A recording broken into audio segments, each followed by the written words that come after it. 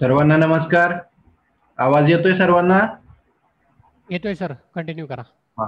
सर्वांना नमस्कार.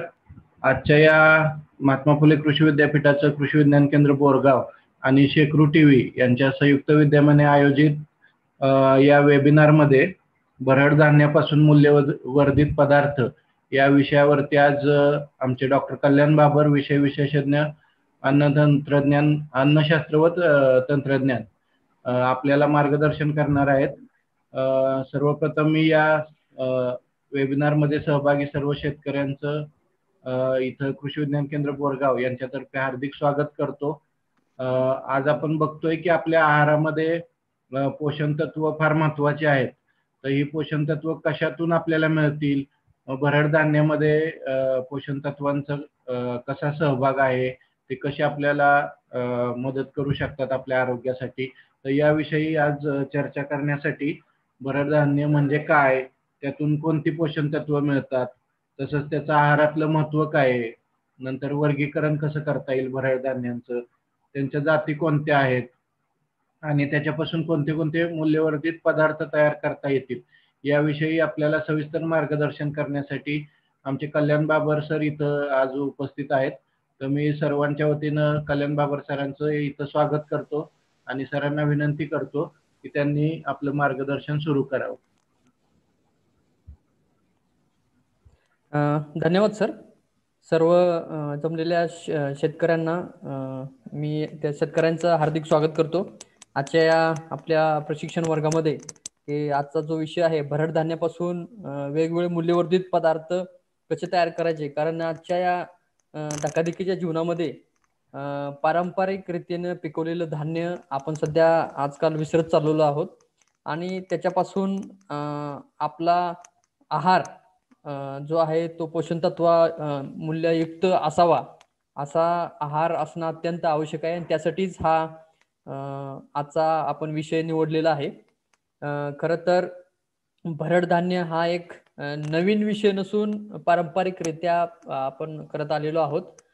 या पद्धतीनेच आपल्या आहारामध्ये बऱ्याच गोष्टींचा समावेश असतो, परंतु धान्यांचा समावेश, डाळींचा समावेश जेवढा आपल्या शरीराला पाहिजे तेवढा नसतो आणि तो किंबहुना कमी असतो. त्याच्यासाठीच त्याच्यापासून काही मूल्यवर्धित पदार्थ तयार करून त्याचा समावेश जर आपल्या आहारामध्ये जर केला तर त्यातून मिळणारी काही पोषण तत्वे आहेत ते आपल्या शरीराला नक्कीच मिळू शकतात. त्यासाठी हा एक छोटासा प्रयत्न असून त्याच्यावर एक फोकस टाकण्याचा प्रयत्न आज कृषी विज्ञान केंद्र बोरगाव मार्फत तसेच शेकरू टीव्ही यांच्या मार्फत आपण आज येथे करत आहोत. माझा आवाज सर्वांना येत असेल? जर येत नसेल तर आपण चॅट बॉक्स मध्ये टाकू शकता. आवाज येतोय सर, कंटिन्यू. ओके, धन्यवाद सर. मी माझं प्रेझेंटेशन शेअर करतोय.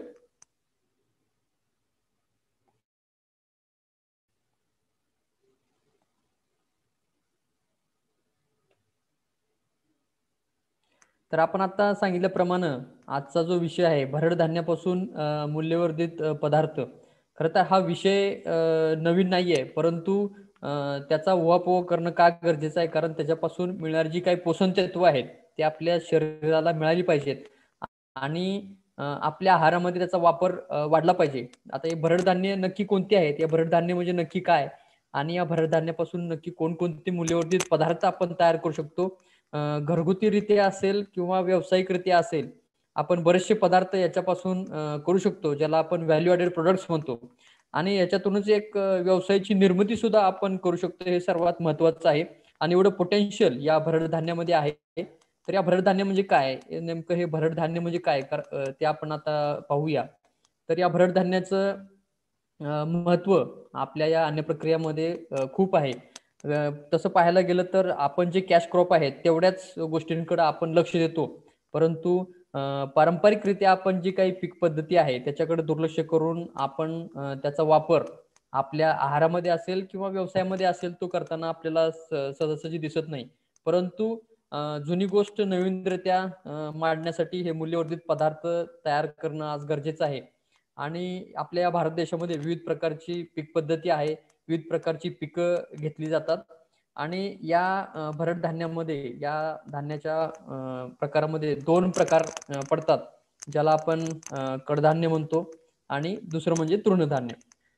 कडधान्य साधारणतः आपण ओळखायचं असेल तर त्याला शेंगा येतात आणि त्याच्या बियांचे दोन समान भाग आपल्याला करता येतात. उदाहरणार्थ मूग असेल, तूर असेल, उडीद असेल, हरभरा असेल आणि त्याच्यानंतरच तृणधान्य जर आपण पाहिलं आणि या तृणधान्यालाच भरड धान्य असं म्हणलं जातं, कारण हा एक गवत वर्गीय प्रकार किंवा त्याच्यातलं जे धान्य आहे ज्याला कणसे येतात, ओंब्या किंवा लोंब्या येतात आणि याच्या ज्या बिया असतात त्या एकदल आणि अखंड असतात. उदाहरणार्थ गहू असेल, ज्वारी असेल, बाजरी असेल, नाचणी असेल, हे तीनच आपल्याला भरड धान्य किंवा तृणधान्य जास्तरित्या आपल्याला माहित आहेत.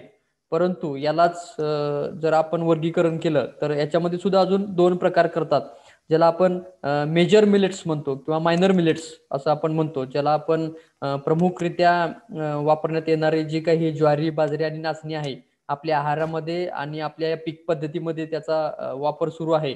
त्याच पद्धतीनं जे दुय्यम स्तरावर असणारे काही जे दुर्लक्षित मिलेट्स आहेत, जी भरड धान्य आहेत, त्याची आपण आज नक्कीच ओळख करून घेणार आहोत.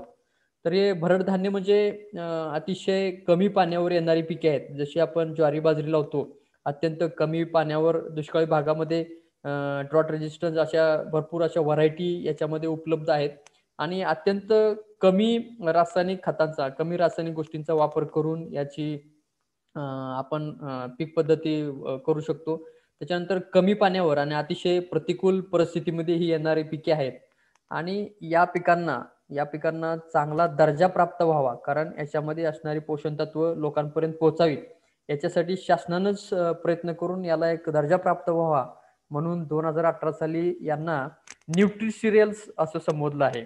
तर या न्यूट्रिसिरियल्स म्हणजे काय, तर त्याच्या नावावरूनच आपण पाहू शकतो की त्याच्यातून आपल्याला पोषण तत्वे मिळतात आणि ही न्यूट्रिसिरियल्स जवळपास 8 ते 9 प्रकारचे आहेत. त्याच्यामध्ये मी तुम्हाला सांगितलं मेजर मिलेट्स आणि मायनर मिलेट्स असे दोन प्रकार त्याच्यामध्ये पडतात.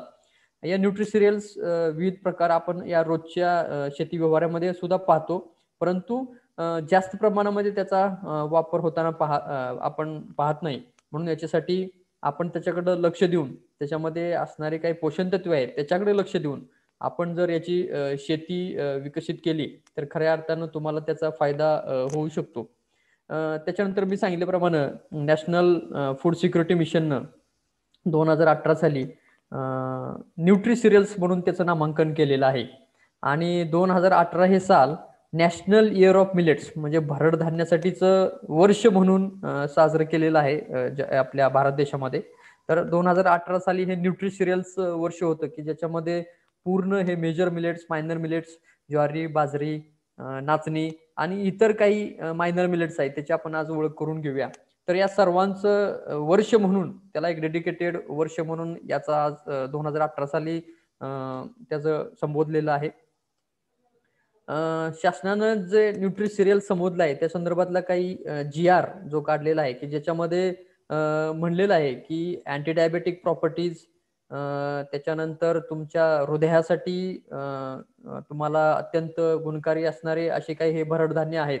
तर या भरड धान्याच्या मध्ये ज्वारी, बाजरी, नाचणी आणि त्याच पद्धतीने मी जसं तुम्हाला सांगितलं दुय्यम प्रकारची किंवा मायनर मिलेट्स ज्याला दुर्लक्षित भरड धान्य आपण असं म्हणू शकतो की जे फॉक्सटेल मिलेट्स जे आहे ज्याला आपण मराठीमध्ये कांगणी किंवा ककुण म्हणतो, त्यालाच दुसरं नाव राळ आहे. म्हणजे या फॉक्सटेल मिलेट्सला राळ सुद्धा असं म्हणू शकतात. त्याच्यानंतर प्रोसो मिलेट आहे काय ज्याला मराठीमध्ये चिना किंवा वरी, ज्याला आपण वरीचं तांदूळ, उपासाला जो वरीचं तांदूळ आपण खातो ते प्रोसो मिलेट्स आपण या आहारामध्ये वापरू शकतो. त्याचंच नामांकन न्यूट्रिसिरियल्स म्हणून केलेलं आहे. त्याच्यानंतर कोडो मिलेट ज्याला आपण कोडो किंवा कोद्रू किंवा कोद्रा असं संबोधलं जातं. त्याच्यानंतर बार्नॅर मिलेट्स ज्याला आपण सावा, जांगोरा, सानवा या पद्धतीनं ओळखलं जाऊ शकतं. त्याच्यानंतर लिटल मिलेट्स ज्याला आपण कुटकी किंवा सावा सुद्धा आपण म्हणू शकतो. त्याच्यानंतर दोन प्रकारची शिडो मिलेट्स आहेत. शिडो मिलेट्स ज्याला आपण कुट्टू म्हणतो आणि त्याच्यानंतर ॲमॅरॅन्थस जो आपण राजगिरा आपण पाहतो त्यालाच ॲमॅरॅन्थस असं म्हणतात. अशा 8 ते 9 प्रकारच्या पिकांना न्यूट्रिसिरियल्स म्हणून 2018 साली शासनानं संबोधलेलं आहे आणि हा त्याचा काढलेला गॅझेट ऑफ इंडियाचा आहे की जे आपल्या कामाचं आहे. त्याच्यानंतर मी सांगितल्याप्रमाणे हे न्यूट्री सिरियल्स, आता भरड धान्यावरून मी तर न्यूट्री सिरियल्स त्याचं हे केलेलं आहे, कारण त्याचेच विविध प्रकार आहेत. भरड धान्यालाच आपण तृणधान्य म्हणू शकतो आणि या तृणधान्यातलीच काही विशिष्ट न्यूट्री सिरियल्स आहेत की जे आज आता आपण वाचले. तर प्राथमिक स्वरूपातले जे काही न्यूट्री सिरियल्स आहेत किंवा जी प्रमुखरित्या पीक पद्धतीमध्ये वापरले जातात, ज्वारी असेल, बाजरी असेल, नाचणी असेल, त्याच्यानंतर इतर किंवा दुय्यम स्तरावरची काही जी न्यूट्री सिरियल्स आहेत ती थोडीफार प्रमाणामध्ये दुर्लक्षित आहेत किंवा आपण ते आपल्या रोजच्या पीक पद्धतीमध्ये वापरत नाही. त्याच्यातली काही 5 ते 6 हप्ता आपण पाहिल्याप्रमाणे कांगणी असेल, त्याला दुसरं नाव ककून किंवा राळ. आता राळ वगैरे जुन्या लोकांनी पाहिले असेल, परंतु तो आपल्या शरीरासाठी उपयुक्त आहे. त्यालाच फॉक्सटेल मिलेट्स असं आपण इंग्लिशमध्ये म्हणू शकतो. त्याच्यानंतर वरीचे तांदूळ, त्याला प्रोसो मिलेट्स असं म्हणतात, त्याला चिना सुद्धा असं म्हणतात. तर उपासासाठी काही जे पदार्थ केले जातात, तर त्याच्यामध्ये वरीच्या तांदळाचा वापर आपण करू शकतो आणि त्यालाच आपण हे प्रोसो मिलेट्स असं म्हणू शकतो. त्याच्यानंतर कोडो मिलेट, हे एक असं दुर्लक्षित न्यूट्री सिरियल्स आहे ज्याला आपण मराठीमध्ये कोडो किंवा कोदरा असं म्हणतो. त्याच्यानंतर बार्नार मिलेट, या बार्न्यार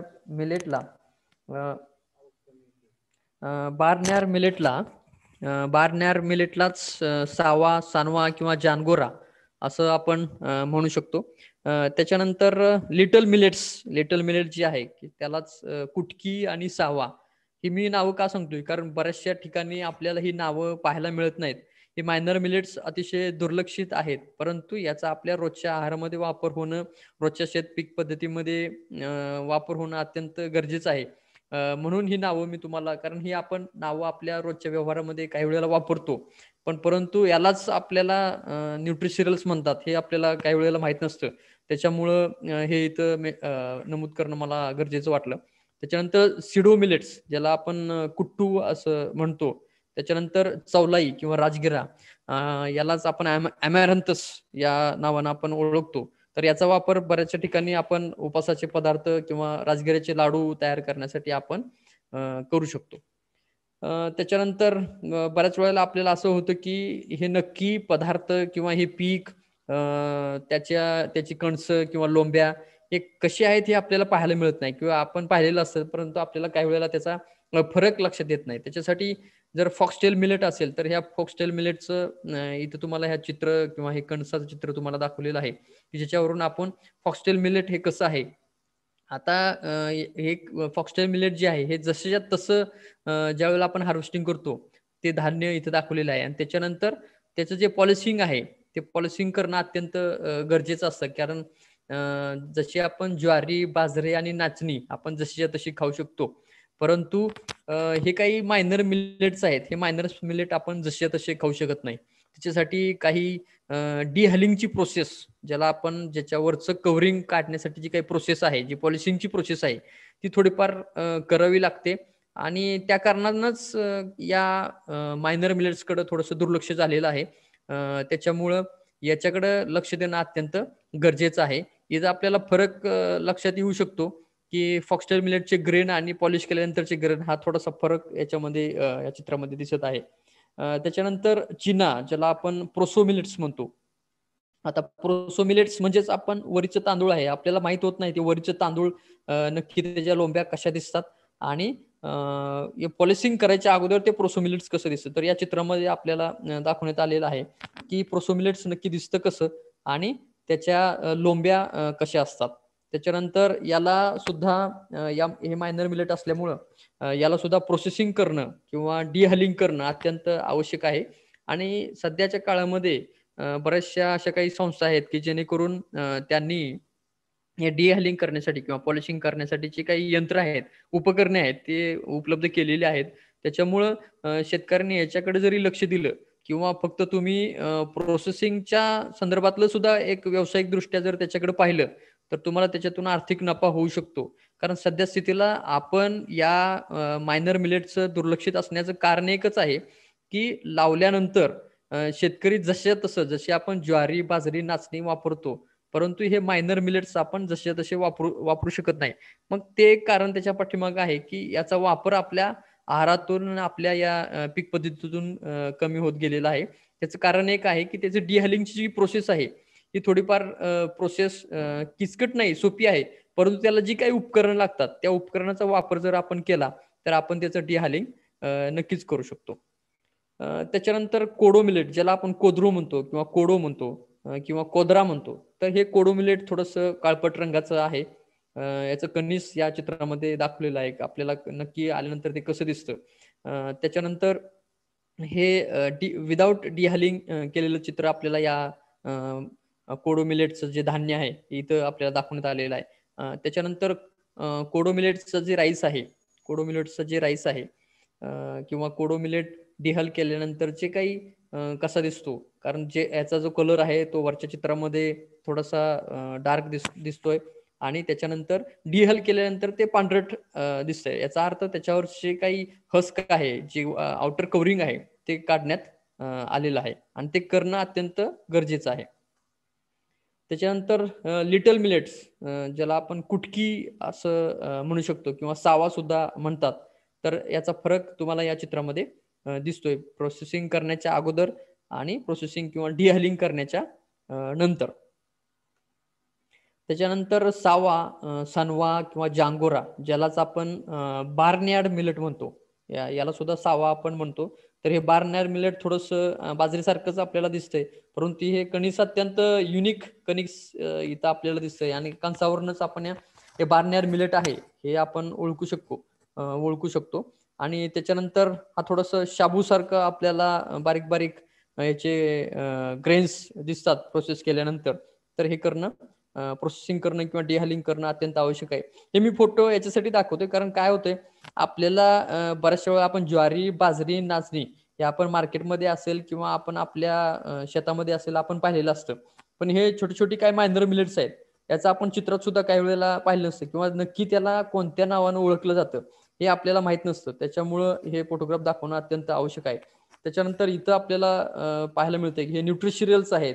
तर हे न्यूट्रिशनल सिक्युरिटीसाठी, पोषण सुरक्षासाठी, देशाच्या पोषण सुरक्षेसाठी या न्यूट्रिशियलचा सध्या स्थितीला वापर केला जात आहे. बाजरी असेल, ज्वारी असेल, रागी असेल आणि त्याच्यानंतर आता दाखवलेली कागणी, कुटकी, कोडो मिलेट, त्यानंतर राळा, त्याच्यानंतर सावा, राजगिरा, त्याच्यानंतर प्रोसो मिलेट ज्याला आपण सांगितलं, हे प्रोसो मिलेट वरीचं तांदूळ आपण ज्याला म्हणतो. हे वरीचं तांदूळ म्हणजेच आपलं एक मायनर मिलेट आहे आणि त्याचा वापर आपण आपल्या रोजच्या आहारामध्ये करू शकतो. आता काहीशा प्रमाणामध्ये याच्यामध्ये ह्या मिलेट्स, मायनर मिलेट्स असतील किंवा भरड धान्याच्या खाली जो एरिया आहे, हा एरिया 2014-15 ते 2019-20 पर्यंत हा थोड्याफार प्रमाणात कमी जास्त होत गेलेला आहे. पण सार्वत्रिक विचार केला तर खऱ्या अर्थानं याचा जो एरिया आहे तो वाढतच चाललेला आहे आणि असाच वाढत जाणं अपेक्षित आहे. कारण याच्यातली काही पोषण तत्वे आहेत जे दुर्लक्षित आहेत त्याच्यावर आपल्याला लक्ष देणं अत्यंत गरजेचं आहे. तर 19-20चा इथं डाटा दिलेला आहे. जेणेकरून हे स्मॉल मिलेट्स आपण बघू किंवा मायनर्स मिलेट ज्याला आपण म्हणतात, भरड धान्य असं म्हणतात. हे 6.77 मिलियन हेक्टर जो एरिया आहे तो एरिया सध्या स्थितीचा आपल्याला इथे दाखवलेला आहे. त्याच्यानंतर जे प्रोडक्शन आहे तर उत्पादन जे आहे ते मिलियन टन मध्ये 19-20 जर आपण पाहिलं तर या मायनर मिलेटचं भरड धान्याचं 8 टन मिलियन टन इथं दाखवण्यात आलेलं आहे. त्याच्यानंतर विविध जाती, काही वेळेला आपल्याला बऱ्याच वेळेला असं होतं की आपल्याला सर्व काही माहित आहे परंतु त्याच्या जाती आपल्याला माहित होत नाही आणि त्याच्यामुळं आपण आपल्या या शेतामध्ये त्याचा वापर सुद्धा आपल्याला करता येत नाही. तर ह्या बऱ्याचशा नाचणी असेल, वरी असेल, राळ असेल, सावा असेल, कुट्टू असेल किंवा राजगिरा असेल तर याच्या जाती आपल्याला या इथं स्क्रीनवर दिसत आहेत. तर या जातीचा थोडंफार आपण फोटो जरी काढून ठेवला तर आपल्याला भविष्यात त्याचा वापर होऊ शकतो किंवा कृषी विद्यापीठांच्या ज्या काही कृषी दर्शनी असतात, डायरीज असतात, तर त्या डायरीमध्ये सुद्धा बऱ्याचशा जाती तुम्हाला उपलब्ध होऊ शकतात. त्याचा वापर तुम्ही करू शकता. त्याच्यानंतर या भरड धान्याचं नक्की महत्व काय आहे तर परंपरेनं हे विविध प्रकारचं धान्य आपण वापरतोय. या शहरी आणि धकाधकीच्या जीवनामुळे संतुलित आहाराचं महत्व जे आहे ते महत्व वाढत चाललेलं आहे. म्हणजे माणूस जरी या धकाधकी जीवनामध्ये व्यस्त असला तरी सुद्धा हेल्थ ओरिएंटेड किंवा हेल्थ कॉन्शियस लोक सध्या स्थितीला आहेत, त्यांची संख्या वाढत आहे. कारण आज जर आपण पाहिलं या कोरोनाच्या काळामध्ये सगळ्यात काही महत्वाचं असेल तर ते आपलं आरोग्य आहे. त्याच्यामुळं संतुलित आहार घेऊनच आपलं आरोग्य संतुलित किंवा चांगलं ठेवू शकतो. तर या सध्याच्या आहारातील ठराविक तृणधान्याचा जो वापर आहे खूप कमी होतो आहे किंवा कमी झालेला आहे. फक्त आपण ज्वारी, बाजरी आणि नाचणी या गोष्टींकडेच लक्ष देतो. परंतु त्याच्यापेक्षाही अजून काही जे मायनर मिलेट्स आहेत, की जे दुर्लक्षित मिलेट्स आहेत, त्याचा वापर आपण आपल्या रोजच्या आहारामध्ये करू शकतो. कारण त्याच्यातून जी मिळणारी सूक्ष्म आणि मूलभूत पोषण तत्वे आहे हे आपल्या शरीराला अत्यंत आवश्यक आहेत. इतर धान्याच्या उत्पादनाप्रमाणेच या भरड धान्याचे उत्पादन सुद्धा त्या प्रमाणात कमी आहे. मग त्याचे उत्पादन वाढण्यासाठी आपल्या शेतकऱ्यांनी थोडासा प्रयत्न करायला हवा. त्याच्यानंतर हे महत्वाचं का आहे, तर याच्यात सगळ्यात महत्वाचा जो टर्मिनॉलॉजी किंवा जी संज्ञा आपण म्हणू शकतो ती एक आहे ग्लायसेमिक इंडेक्स. तर ग्लायसेमिक इंडेक्स जो आहे ते काय आहे ते मी तुम्हाला नक्की सांगतो. हे ग्लायसेमिक इंडेक्स हा इतर धान्याच्या तुलनेत हा ग्लायसेमिक इंडेक्स हा कमी आहे. तर हे ग्लायसेमिक इंडेक्स म्हणजे नक्की काय, तर एखादा पदार्थ खाल्ल्यानंतर तर त्याच्यात जी काही साखर असते ती साखर आपल्या शरीरामध्ये किती वेगाने रक्तामध्ये मिसळते त्यालाच ग्लायसेमिक इंडेक्स म्हणतात. म्हणजे समजा आपण सध्या पांढरी साखर जर खाल्ली तर लगेचच्या लगेच आपल्या शरीरामध्ये ती ऍब्सॉर्ब केली जाते किंवा आपल्या रक्तामध्ये लगेच मिसळते आणि आपल्या शरीराच्या रक्तातील साखरेचं प्रमाण आपल्याला वाढतं. जर आपण उसाचा रस पिला तर त्याच्यामध्ये असणारी साखर आपल्या रक्तामध्ये लगेच मिसळते. मग ते लगेच मिसळणं हे आपल्या शरीरासाठी फायदेशीर नसतं. मग त्याच्यासाठी काय आहे, हा जो ग्लायसेमिक इंडेक्स जो आहे हा ग्लायसेमिक इंडेक्स कमी असणं, तुलनेनं कमी असणं अत्यंत महत्वाचं आहे. कारण आपल्या शरीरामध्ये किंवा आपण एखादा पदार्थ जर खाल्ला तो पदार्थ त्याच्यामध्ये असणारी साखर हे साखर अत्यंत नियंत्रितरित्या आपल्या रक्तामध्ये मिसळणं जाणं अत्यंत आवश्यक आहे.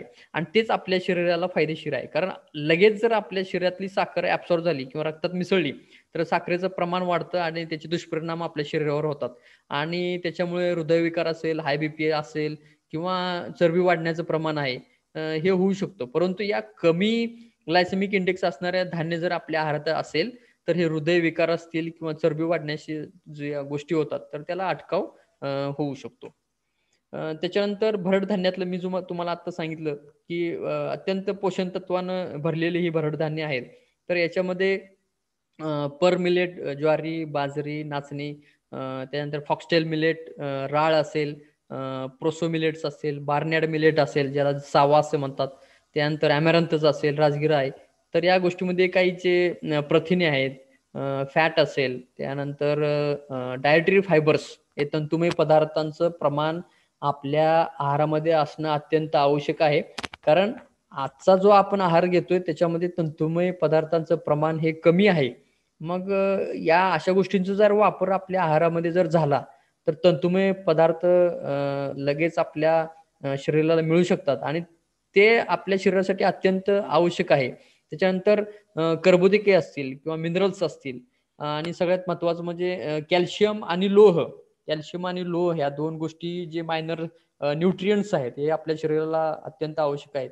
जर आपण नाचणी जर घेतली तर नाचणीमध्ये इथं आपण पाहू शकता 344 मिलीग्रॅम पर 100 ग्रॅम असं हे कॅल्शियम त्याच्यामध्ये उपलब्ध आहे. त्याच्यानंतर पर मिलेटचं जर पाहिलं तर 8 मिलीग्रॅम पर ग्राम लोह त्याच्यामध्ये उपलब्ध आहे पर मिलेट, ज्याला आपण बाजरी म्हणतो. त्याच्यानंतर या लिटल मिलेट्समध्ये ज्याला आपण कुटकी किंवा सावा म्हणतो त्याच्यामध्ये सुद्धा लोहाचं प्रमाण 9.3% 9.3 मिलीग्रॅम पर ग्राम आहे. तर अशा या मिनरल्स जे असतील असे युक्त पोषण तत्वानं भरलेली भरडधान्य आपल्या रोजच्या आहारामध्ये वापरली तर आपण त्याच्यापासून पोषण तत्वे मिळू शकतात. त्याच्यानंतर जे काही मिनरल्स, आता बाकीचं जर आपण राईस पाहिलं किंवा व्हीट, गहू किंवा मका पाहिला तर त्याच्यामध्ये असणारे मिनरल्स आणि या बाकी मायनर मिलेटमध्ये असणारं मिनरलचं प्रमाण तुम्ही जर पाहिलं तर ते दुप्पटच आहे. इथं सर समजा मक्यामध्ये जर 1.5% मिनरल्स असतील तर याच्यामध्ये फॉक्सटेल मिलेटमध्ये 3-3.5% मिनरल्स तुम्हाला पाहायला मिळतात. तसेच त्याच्यानंतर जे प्रथिने आपल्या शरीर बांधणीसाठी आवश्यक असतात तर ते प्रथिने या प्रोसो मिलेट्समध्ये जे आपण वरीचं तांदूळ खातो, उपासाला वरीचं तांदूळ खाणं अत्यंत चांगलं. आपण शाबू खाण्यापेक्षा मी तर म्हणतो वरीचा भात असेल किंवा वरीचं तांदूळ आपण आपल्या आहारामध्ये जर आणलं तर त्याच्यापासून काही जे मिळणारी प्रथिने आहेत जे 12.3% प्रथिन याच्यामध्ये आहे, तर ती प्रथिनं आपल्या शरीराला नक्कीच मिळू शकतात. आणि सगळ्यात महत्वाचं म्हणजे इथं जर तुम्ही पाहिलं गहू, त्याच्यानंतर भात आणि मका याच्यामध्ये असणारं तंतुमय पदार्थांचं प्रमाण आणि या मायनर मिलेट्सच्या याच्यामध्ये असणारं तंतूचं प्रमाण याच्यामध्ये जर फरक पाहिला तर ते त्याच्यापेक्षा जास्त आहे आणि तंतुमय पदार्थच आपल्या शरीरासाठी आवश्यक असतात. बद्धकोष्ठता असेल किंवा इतर गोष्टी असेल त्याचा आपल्या शरीरावर जो दुष्परिणाम होतो तो कमी करण्यासाठी हे तंतुमय पदार्थ आपल्या शरीरासाठी आवश्यक असतात. तर नाचणीमध्ये हे बहुउपयोगी तृणधान्य आहे. याच्यामध्ये सांगितल्याप्रमाणे 344 मिलीग्रॅम पर 100 ग्रॅम कॅल्शियम आहे आणि हे कॅल्शियम आपल्या शरीरासाठी अत्यंत आवश्यक आहे. आणि तंतुमय पदार्थांचं प्रमाण सुद्धा 3.6% आणि पचणारं त्याच्यातले काही आता हे तंतुमय पदार्थ दोन प्रकारचे असतात, एक पचणारे किंवा न पचणारे. न पचणारे आपल्याला विष्ठेवाटे बाहेर पडतात, तर हे पचणाऱ्या तंतुमय पदार्थांचं प्रमाणच 19.08 मिलीग्राम पर ग्राम आहे. म्हणजे एवढं त्याच्यामध्ये तंतुमय पदार्थांचा वापर आपल्या शरीरामध्ये होऊ शकतो. त्यानंतर लोहाचं प्रमाण 3.9 मिलीग्राम आहे पर 100 ग्रॅम मध्ये.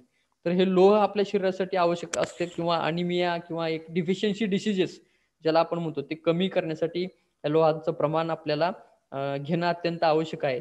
आणि मधुमेहासाठी पुरेपूर पोषक आहार म्हणून या नाचणीचा वापर आपण करू शकतो. तसेच लहान मुलांना आपण नाचणी सत्व किंवा त्याच्यापासून मिळालेले बाकीच्या गोष्टी तयार करून आहारात आपण लहान मुलांच्या आणू शकतो आणि ते आवश्यक आहे कारण याच्यातून मिळणारे जे कॅल्शियम आणि लोह आहे ते लोह त्या लहान मुलांना त्याच्यातून मिळू शकतं. त्याच्यानंतर बाजरी सध्या खूप उत्पादनामध्ये वापरली जाऊ शकते आणि त्याच्यापासून विविध प्रकार विविध व्हॅल्यू ॲडेड प्रोडक्ट्स आपण बनवू शकतो. आपण याच्यानंतर बरेचसे प्रोडक्ट पाहणार आहोत. या बाजरीमध्ये जवळपास 11.6% प्रथिने, त्याच्यानंतर कर्बोदकाचं प्रमाण जवळपास 67.5% कर्बोदके आहेत आणि 8 मिलीग्राम लोह आणि याच्यामध्येच 132 मायक्रोग्राम कॅरोटीन, जे कॅरोटीन आपल्या डोळ्यांच्या आरोग्यासाठी आवश्यक असते हे प्रमाण याच्या बाजरीमध्ये आहे. बरेचशी लोक म्हणतात की ज्या लोकांना डायबिटीस आहे अशा लोकांनी भाकरी किंवा बाजरी खाऊ नये, उष्ण असतं. परंतु उष्ण आणि थंड असं वर्गीकरण आपल्या ह्या अन्नपदार्थामध्ये करता येऊ शकत नाही, कारण याच्यामध्ये जी काही पोषण तत्व आहेत ती अत्यंत आपल्या शरीराला आवश्यक आहेत. आणि मी जसं तुम्हाला सांगितलं या बाजरी आणि ज्वारी किंवा नाचणी किंवा इतर मायनर मिलेट्सचे जे काही धान्य आहेत याचा जो ग्लायसेमिक इंडेक्स आहे हा कमी आहे. जरी इथं कर्बोदकांचं प्रमाण म्हणजे साखरेचं प्रमाण 67% जास्त असलं तरी आपल्याला वाटतं याच्यातून मिळणारी साखर आपल्याला जास्त मिळेल आणि आपल्या शरीरातली साखर वाढेल.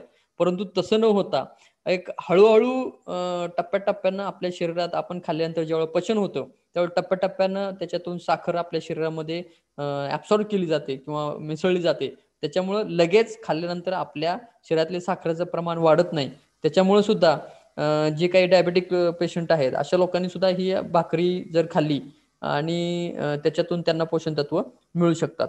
त्याच्यानंतर पाण्यात भिजवले किंवा मूड आणले तर याच्यामध्ये काही प्रतिरोधी पोषक तत्वे असतात ज्याला आपण अँटी न्यूट्रिशनल फॅक्टर म्हणतो. म्हणजे काही वेळेला याच्यामध्ये प्रथिने, लोह, कर्बोदके असतात, परंतु त्याच्यासोबतच काही अँटी न्यूट्रिशनल फॅक्टर ज्याला आपण प्रतिरोधी पोषक तत्वे म्हणतात.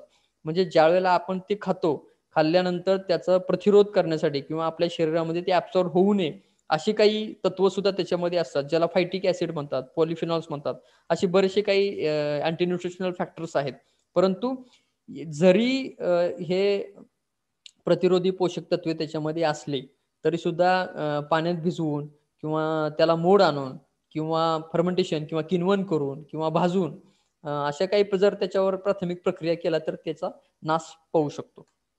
त्याच्यानंतर ज्वारीकडे जर आपण पाहिलं तर त्याच्यामध्ये 11.6% प्रथिने आहेत. तसेच त्याच्यानंतर 66.2% कर्बोदके, 1.6% तंतुमय पदार्थ आणि पचणारे तंतुमय पदार्थ 12.69 मिलीग्राम पर ग्राम आहे. आणि सध्या जर औद्योगिक क्षेत्रामध्ये म्हटल्याप्रमाणे म्हणजे व्यावसायिकरित्या जर आपण एखादा पदार्थ जर पाहिला तर त्याच्यामध्ये आता मार्केटमध्ये लोकांचा कल ज्वारी वापरण्याकडे होत आहे आणि आरोग्यासाठी अत्यंत गुणकारी असून प्रमुख अन्न म्हणून सुद्धा आपण आपल्या आहारात याचा समावेश करू शकतो. जुनी लोक त्यांचं मुख्य अन्न ही ज्वारी होतं आणि गहू आणि बाकीच्या गोष्टी नंतर होत्या. परंतु आजकाल आपलं गहू एक नंबरला आलेला आहे आणि ज्वारी, बाजरी, नाचणी हे 2-3 नंबरला गेलेलं असल्यामुळं आपल्या शरीरामध्ये होणारे काही बदल आहेत किंवा त्याचा आपल्या शरीरावर होणारा जो काही विपरीत परिणाम आहे तो आपल्याला दिसून येतो. त्याच्यासाठी याचा वापर एक प्राथमिक अन्न म्हणून किंवा प्रमुख अन्न म्हणून आपल्या रोजच्या आहारामध्ये करणं अत्यंत आवश्यक आहे. तर मी तुम्हाला म्हटल्याप्रमाणे हे तंतुमय पदार्थ आपल्या शरीरासाठी का आवश्यक आहेत? कारण हे अत्यंत गुणकारी आणि महत्त्वाचे घटक आहेत. त्याच्या अपरिमित फायदे आपल्या शरीराला आहेत. सगळ्यात महत्त्वाचा फायदा म्हणजे हे तंतुमय पदार्थ पाणी शोषून घेतात. हा त्याचा एक महत्त्वाचा गुणधर्म आहे. त्यानंतर स्थूलककर्ता म्हणून हे आपल्या शरीराला उपयोगी करतात किंवा विष्ठा आपल्या शरीरात जी तयार होते त्याचं चांगल्यारीत्या व्यवस्थित हे करण्यासाठी या तंतुमय पदार्थांचा वापर आपल्या शरीरात होतो. बद्धकोष्ठता असेल किंवा कोलेस्ट्रॉल कमी करण्यासाठी या तंतुमय पदार्थांचा वापर आपलं शरीर करू शकतं. त्याच्यासाठी हृदयरोग असणाऱ्या लोकांना या तंतुमय पदार्थांचा वापर आपल्या आहारात करणं अत्यंत फायदेशीर आहे. या न्यूट्री सिरियल्स पासून किंवा भरड धान्यापासून किंवा तृणधान्यापासून बरेचसे मूल्यवर्धित पदार्थ आपण तयार करू शकतो आणि त्याच्या वेगवेगळ्या पद्धती आपण पाहू शकतो. त्याच्यापासून आपण वेगवेगळे मूल्यवर्धित पदार्थ आपण तयार करता येऊ शकतात. तर बऱ्याचशा 4 ते 5 अशा काही टेक्नॉलॉजी आहेत किंवा विविध पद्धती आहेत की या न्यूट्री सिरियल पासून किंवा भरड धान्यापासून आपण विविध तंत्रज्ञानाचा वापर करून पदार्थ तयार करू शकतो. तर त्याच्यातली पहिली टेक्नॉलॉजी आहे जी मिलिंग टेक्नॉलॉजी आहे की आपण मिलिंग टेक्नॉलॉजी म्हणजे ज्याला आपण पीठ बनवणे असतील किंवा त्याचं डिहलिंग करणे असेल किंवा त्याच्यावरचं असणारं हस्क किंवा वरचं कव्हरिंग काढणं असेल त्यालाच आपण मिलिंग टेक्नॉलॉजी किंवा मिलिंग तंत्रज्ञान असं म्हणू शकतो.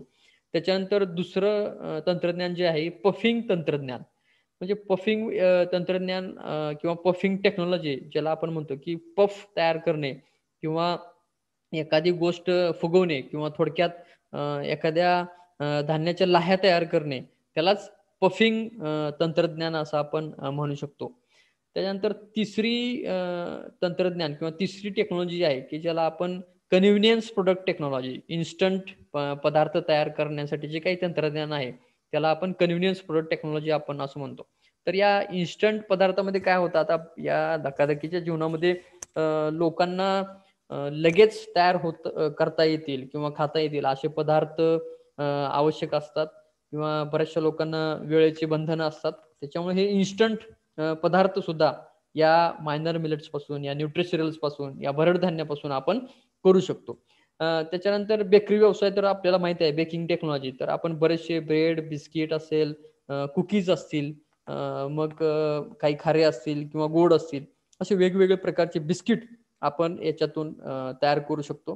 त्यानंतर फ्लेकिंग टेक्नॉलॉजी फ्लेकिंग तंत्रज्ञानामध्ये म्हणजे काय तर आपण पोहे बनवतो तर त्या पोह्याचं तंत्रज्ञान म्हणजेच त्याला आपण फ्लेकिंग टेक्नॉलॉजी आपण म्हणू शकतो. म्हणजे पोहे तयार करणे आपण फक्त तांदळाचे किंवा दुसऱ्या याचेच आपण पोहे खाल्ले असतील परंतु या धान्याचा सुद्धा वापर आपण पोहे बनवण्यासाठी करू शकतो किंवा त्याचं सुद्धा तंत्रज्ञान उपलब्ध आहे आणि त्याचा जो वापर जर करून आपण हे पोहे तयार केले म्हणजे रोजच्या आहारामध्ये जे आपण पोहे खातो ते पोहे काहीरित्या आपल्या शरीराला पचत नाहीत किंवा त्याच्यातून आपल्याला जर रोज आपल्या आहारामध्ये जर पोहे असतील तर त्याच्यापासून काही ऍसिडिटी असेल किंवा मळमळ असेल अशा व्याधी आपल्या शरीराला लागू शकतात.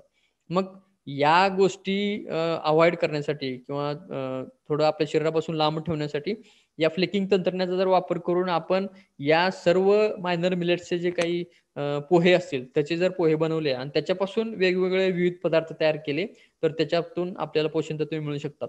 आणि सगळ्यात महत्त्वाचं म्हणजे शेवटची टेक्नॉलॉजी आहे त्याला आपण एक्सट्रुजन टेक्नॉलॉजी आपण म्हणू शकतो. एक्सट्रुजन थोडक्यात एक्सट्रुजन म्हणजे आपण शेवया पाहिल्या असतील त्यालाच आपण एक्सट्रुडेड प्रोडक्ट असं म्हणू शकतो किंवा आपण मार्केटमधून आणून कधी कुरकुरे खाल्ले असतील तर ते कुरकुरे हेच एक एक्सट्रुजन टेक्नॉलॉजीचं उदाहरण आहे की ज्याच्यामध्ये खूप सारे इन्ग्रेडियंट्स एकत्र करून एक्सट्रुजन जे एक्सट्रुडर आहे त्या इक्विपमेंट मधून ते जास्त दबावाखाली किंवा प्रेशर खाली हे करून त्याच्यातून ते बाहेर काढले जातात आणि एक चांगलं पदार्थ त्याच्यातून आपल्याला मिळू शकतो. तर हे मिलिंग तंत्रज्ञान म्हणजे काय, तर यामध्ये धान्यातला सगळ्यात वरचा जो भाग आहे की ज्याला आपण हस्क आणि ब्रान लेअर म्हणतो. तर हस्क म्हणजे जो वरचा भाग आहे त्याला हस्क आपण म्हणतो. ते जे सगळ्यात वरचं कव्हरिंग आहे धान्यावरचं, ते हस्क काढणे आणि त्याच्यानंतर त्याच्या आतमध्ये असणारा जो एक लेअर आहे ज्याला आपण ब्रान लेअर म्हणतो, तो ब्रान लेअर काढून टाकला जातो. त्याच्यानंतर या गोष्टीसाठी काय करावं लागतं, तर प्रथम धान्य स्वच्छ करून घेऊन त्याची प्रतवारी करणं अत्यंत आवश्यक आहे.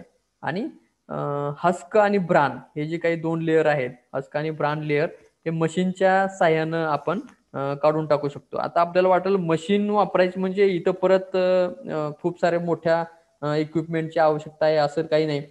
सध्या स्थितीला मला इथं सांगावंसं वाटतं की अशा संस्था आहेत ज्याला आपण जर तुम्ही पाहिलं CFTRI म्हैसूर यांनी पेडल ऑपरेटेड मिलेट डिहलर सुद्धा तयार केलेला आहे. मग अशा या पेडल ऑपरेटेड डिहलर मशीनचा सुद्धा आपण वापर या हस्क आणि ब्रान करण्यासाठी किंवा मिलिंग करण्यासाठी आपण वापरू शकतो. आणि हे झाल्यानंतर हस्क आणि ब्रान वरचा लेअर काढून टाकल्यानंतर त्याची प्रतवारी करून चाळण करून चांगल्या पद्धतीनं आपण त्याचं पॅकेजिंग करून जर ठेवलं आणि जसं तसं जरी तुम्ही मार्केटला आणलं, कारण सध्या स्थितीला मी आता या ठिकाणी पाहिलं नाही, पण अशी काही मॉल्स आहेत तर त्या मॉल्समध्ये हे मिलिंग करून आलेलं पॅकेटमध्ये सुद्धा पॅकेजिंग करून आलेला माल आहे आणि त्याला चांगला बऱ्यापैकी भाव, म्हणजे आपली ज्वारी बाजरी 20-30 रुपयानं जात असेल तर हे 40-50 रुपयानं तुम्हाला मार्केटमध्ये विकता येऊ शकतं.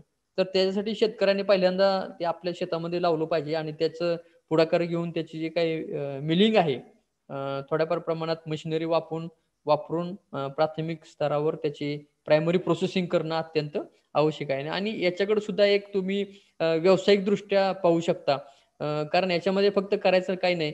तुम्ही घेतलेला जो कच्चा माल आहे किंवा हे जे धान्य आहे, हे भरड धान्य आहे, हे धान्य फक्त तुम्हाला पॉलिश करायचं आहे आणि साध्या पॅकेटमध्ये पॅक करून तुम्ही तुमचं मार्केट उपलब्ध करू शकता आणि त्याच्यातून नक्कीच तुम्हाला आर्थिक फायदा होऊ शकतो. कारण बऱ्याच ठिकाणी आपल्याला हे धान्य आपल्याला खायला आवश्यक आहे, परंतु मार्केटमध्ये मिळत नाही. म्हणून या ज्या गोष्टींकडे तुम्ही लक्ष देऊन एक व्यावसायिक दृष्ट्या लक्ष देणं अत्यंत आवश्यक आहे. त्याच्यानंतर दुसरी टेक्नॉलॉजी किंवा दुसरं तंत्रज्ञान मी तुम्हाला सांगितलं की पफिंग तंत्रज्ञान. आता पफिंग तंत्रज्ञान म्हणजे दुसरं तिसरं काही नाही की एक धान्यापासून लाह्या तयार करणं. म्हणजे आता हे आपण पूर्वंपार पद्धतीनं करत आलेलो आहे. आपण तव्यामध्ये असेल किंवा कुकरमध्ये असेल, हे आपण लाह्या मक्याच्या आपण तयार करतो.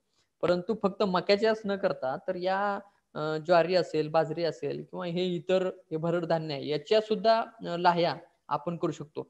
फक्त या लाह्या तयार करण्यासाठी थोडेसे एक मशिनरीची आवश्यकता असते की ज्याला आपण पफ गन असं म्हणू शकतो. तर कारण काय होतं, मका आणि या गोष्टीच्या लाह्या तयार करताना या मक्याचा आकार थोडासा मोठा असतो, परंतु या भरड धान्याचा आकार जर आपण राळं पाहिलं किंवा कोदरू पाहिलं किंवा राजगिरा पाहिलं किंवा सावा, कुटकी याचा जो आकार आहे, हा आकार अत्यंत लहान असतो.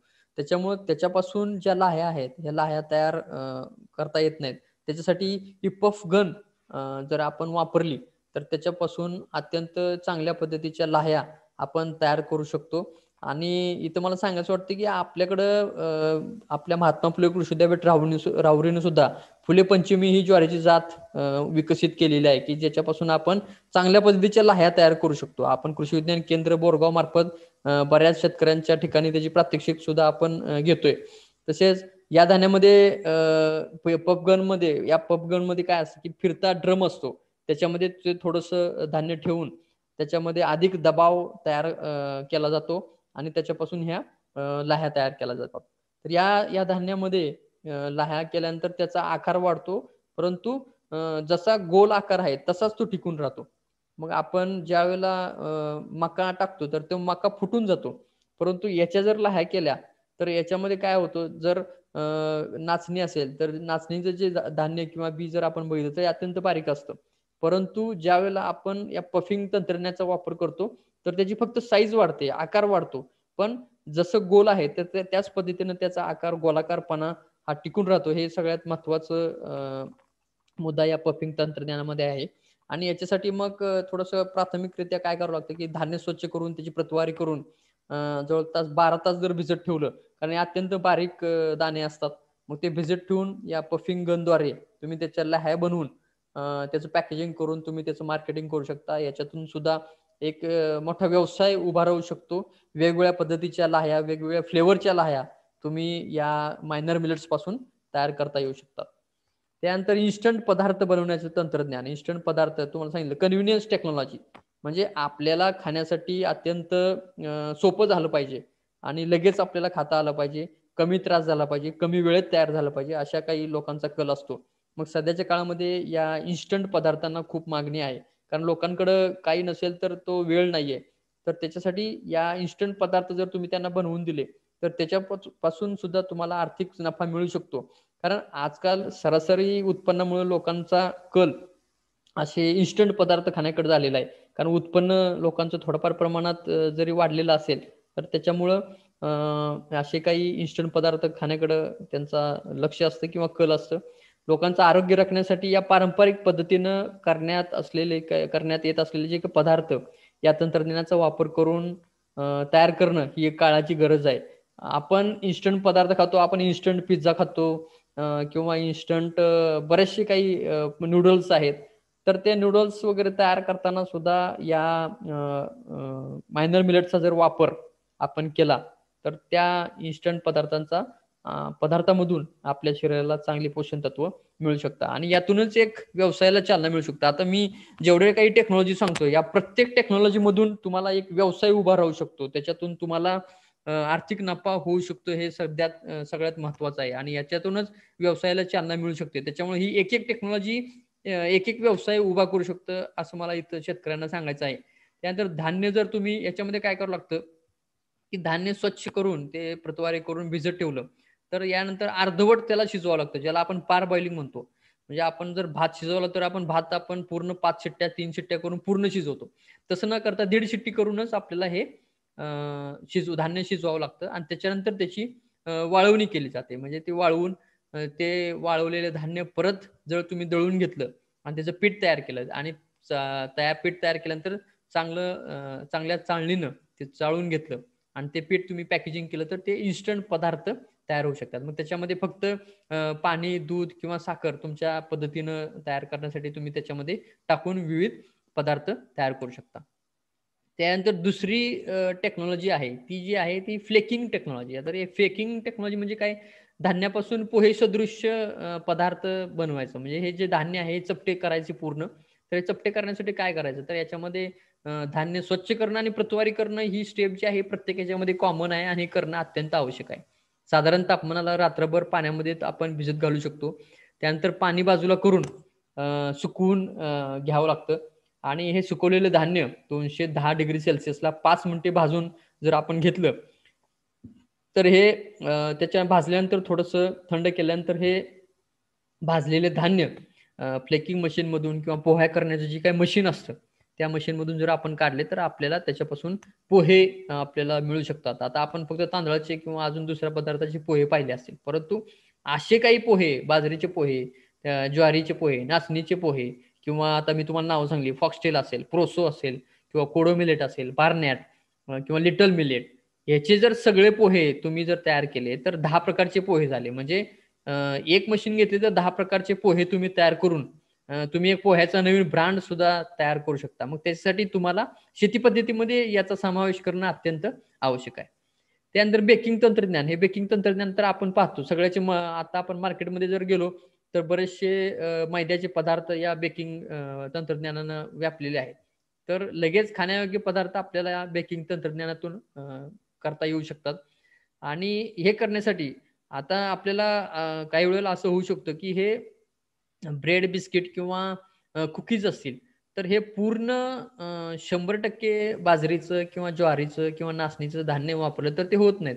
कारण त्याच्यामध्ये काही जे प्रथिने असतात, हे प्रथिनं थोड्याफार प्रमाणामध्ये कमी जास्त असल्यामुळं मग असं न होण्यासाठी तर तुम्ही जर 50% का होईना या धान्याचा जर पिठाचा वापर मैदा आणि गहू या पिठामध्ये मिसळून त्याच्यामध्ये पाणी, तूप, मीठ आणि ईस्ट मिसळणं अत्यंत आवश्यक आहे. कारण या फर्मेंटेशन होणं किंवा किण्वन होणं हे अत्यंत महत्वाचं आहे.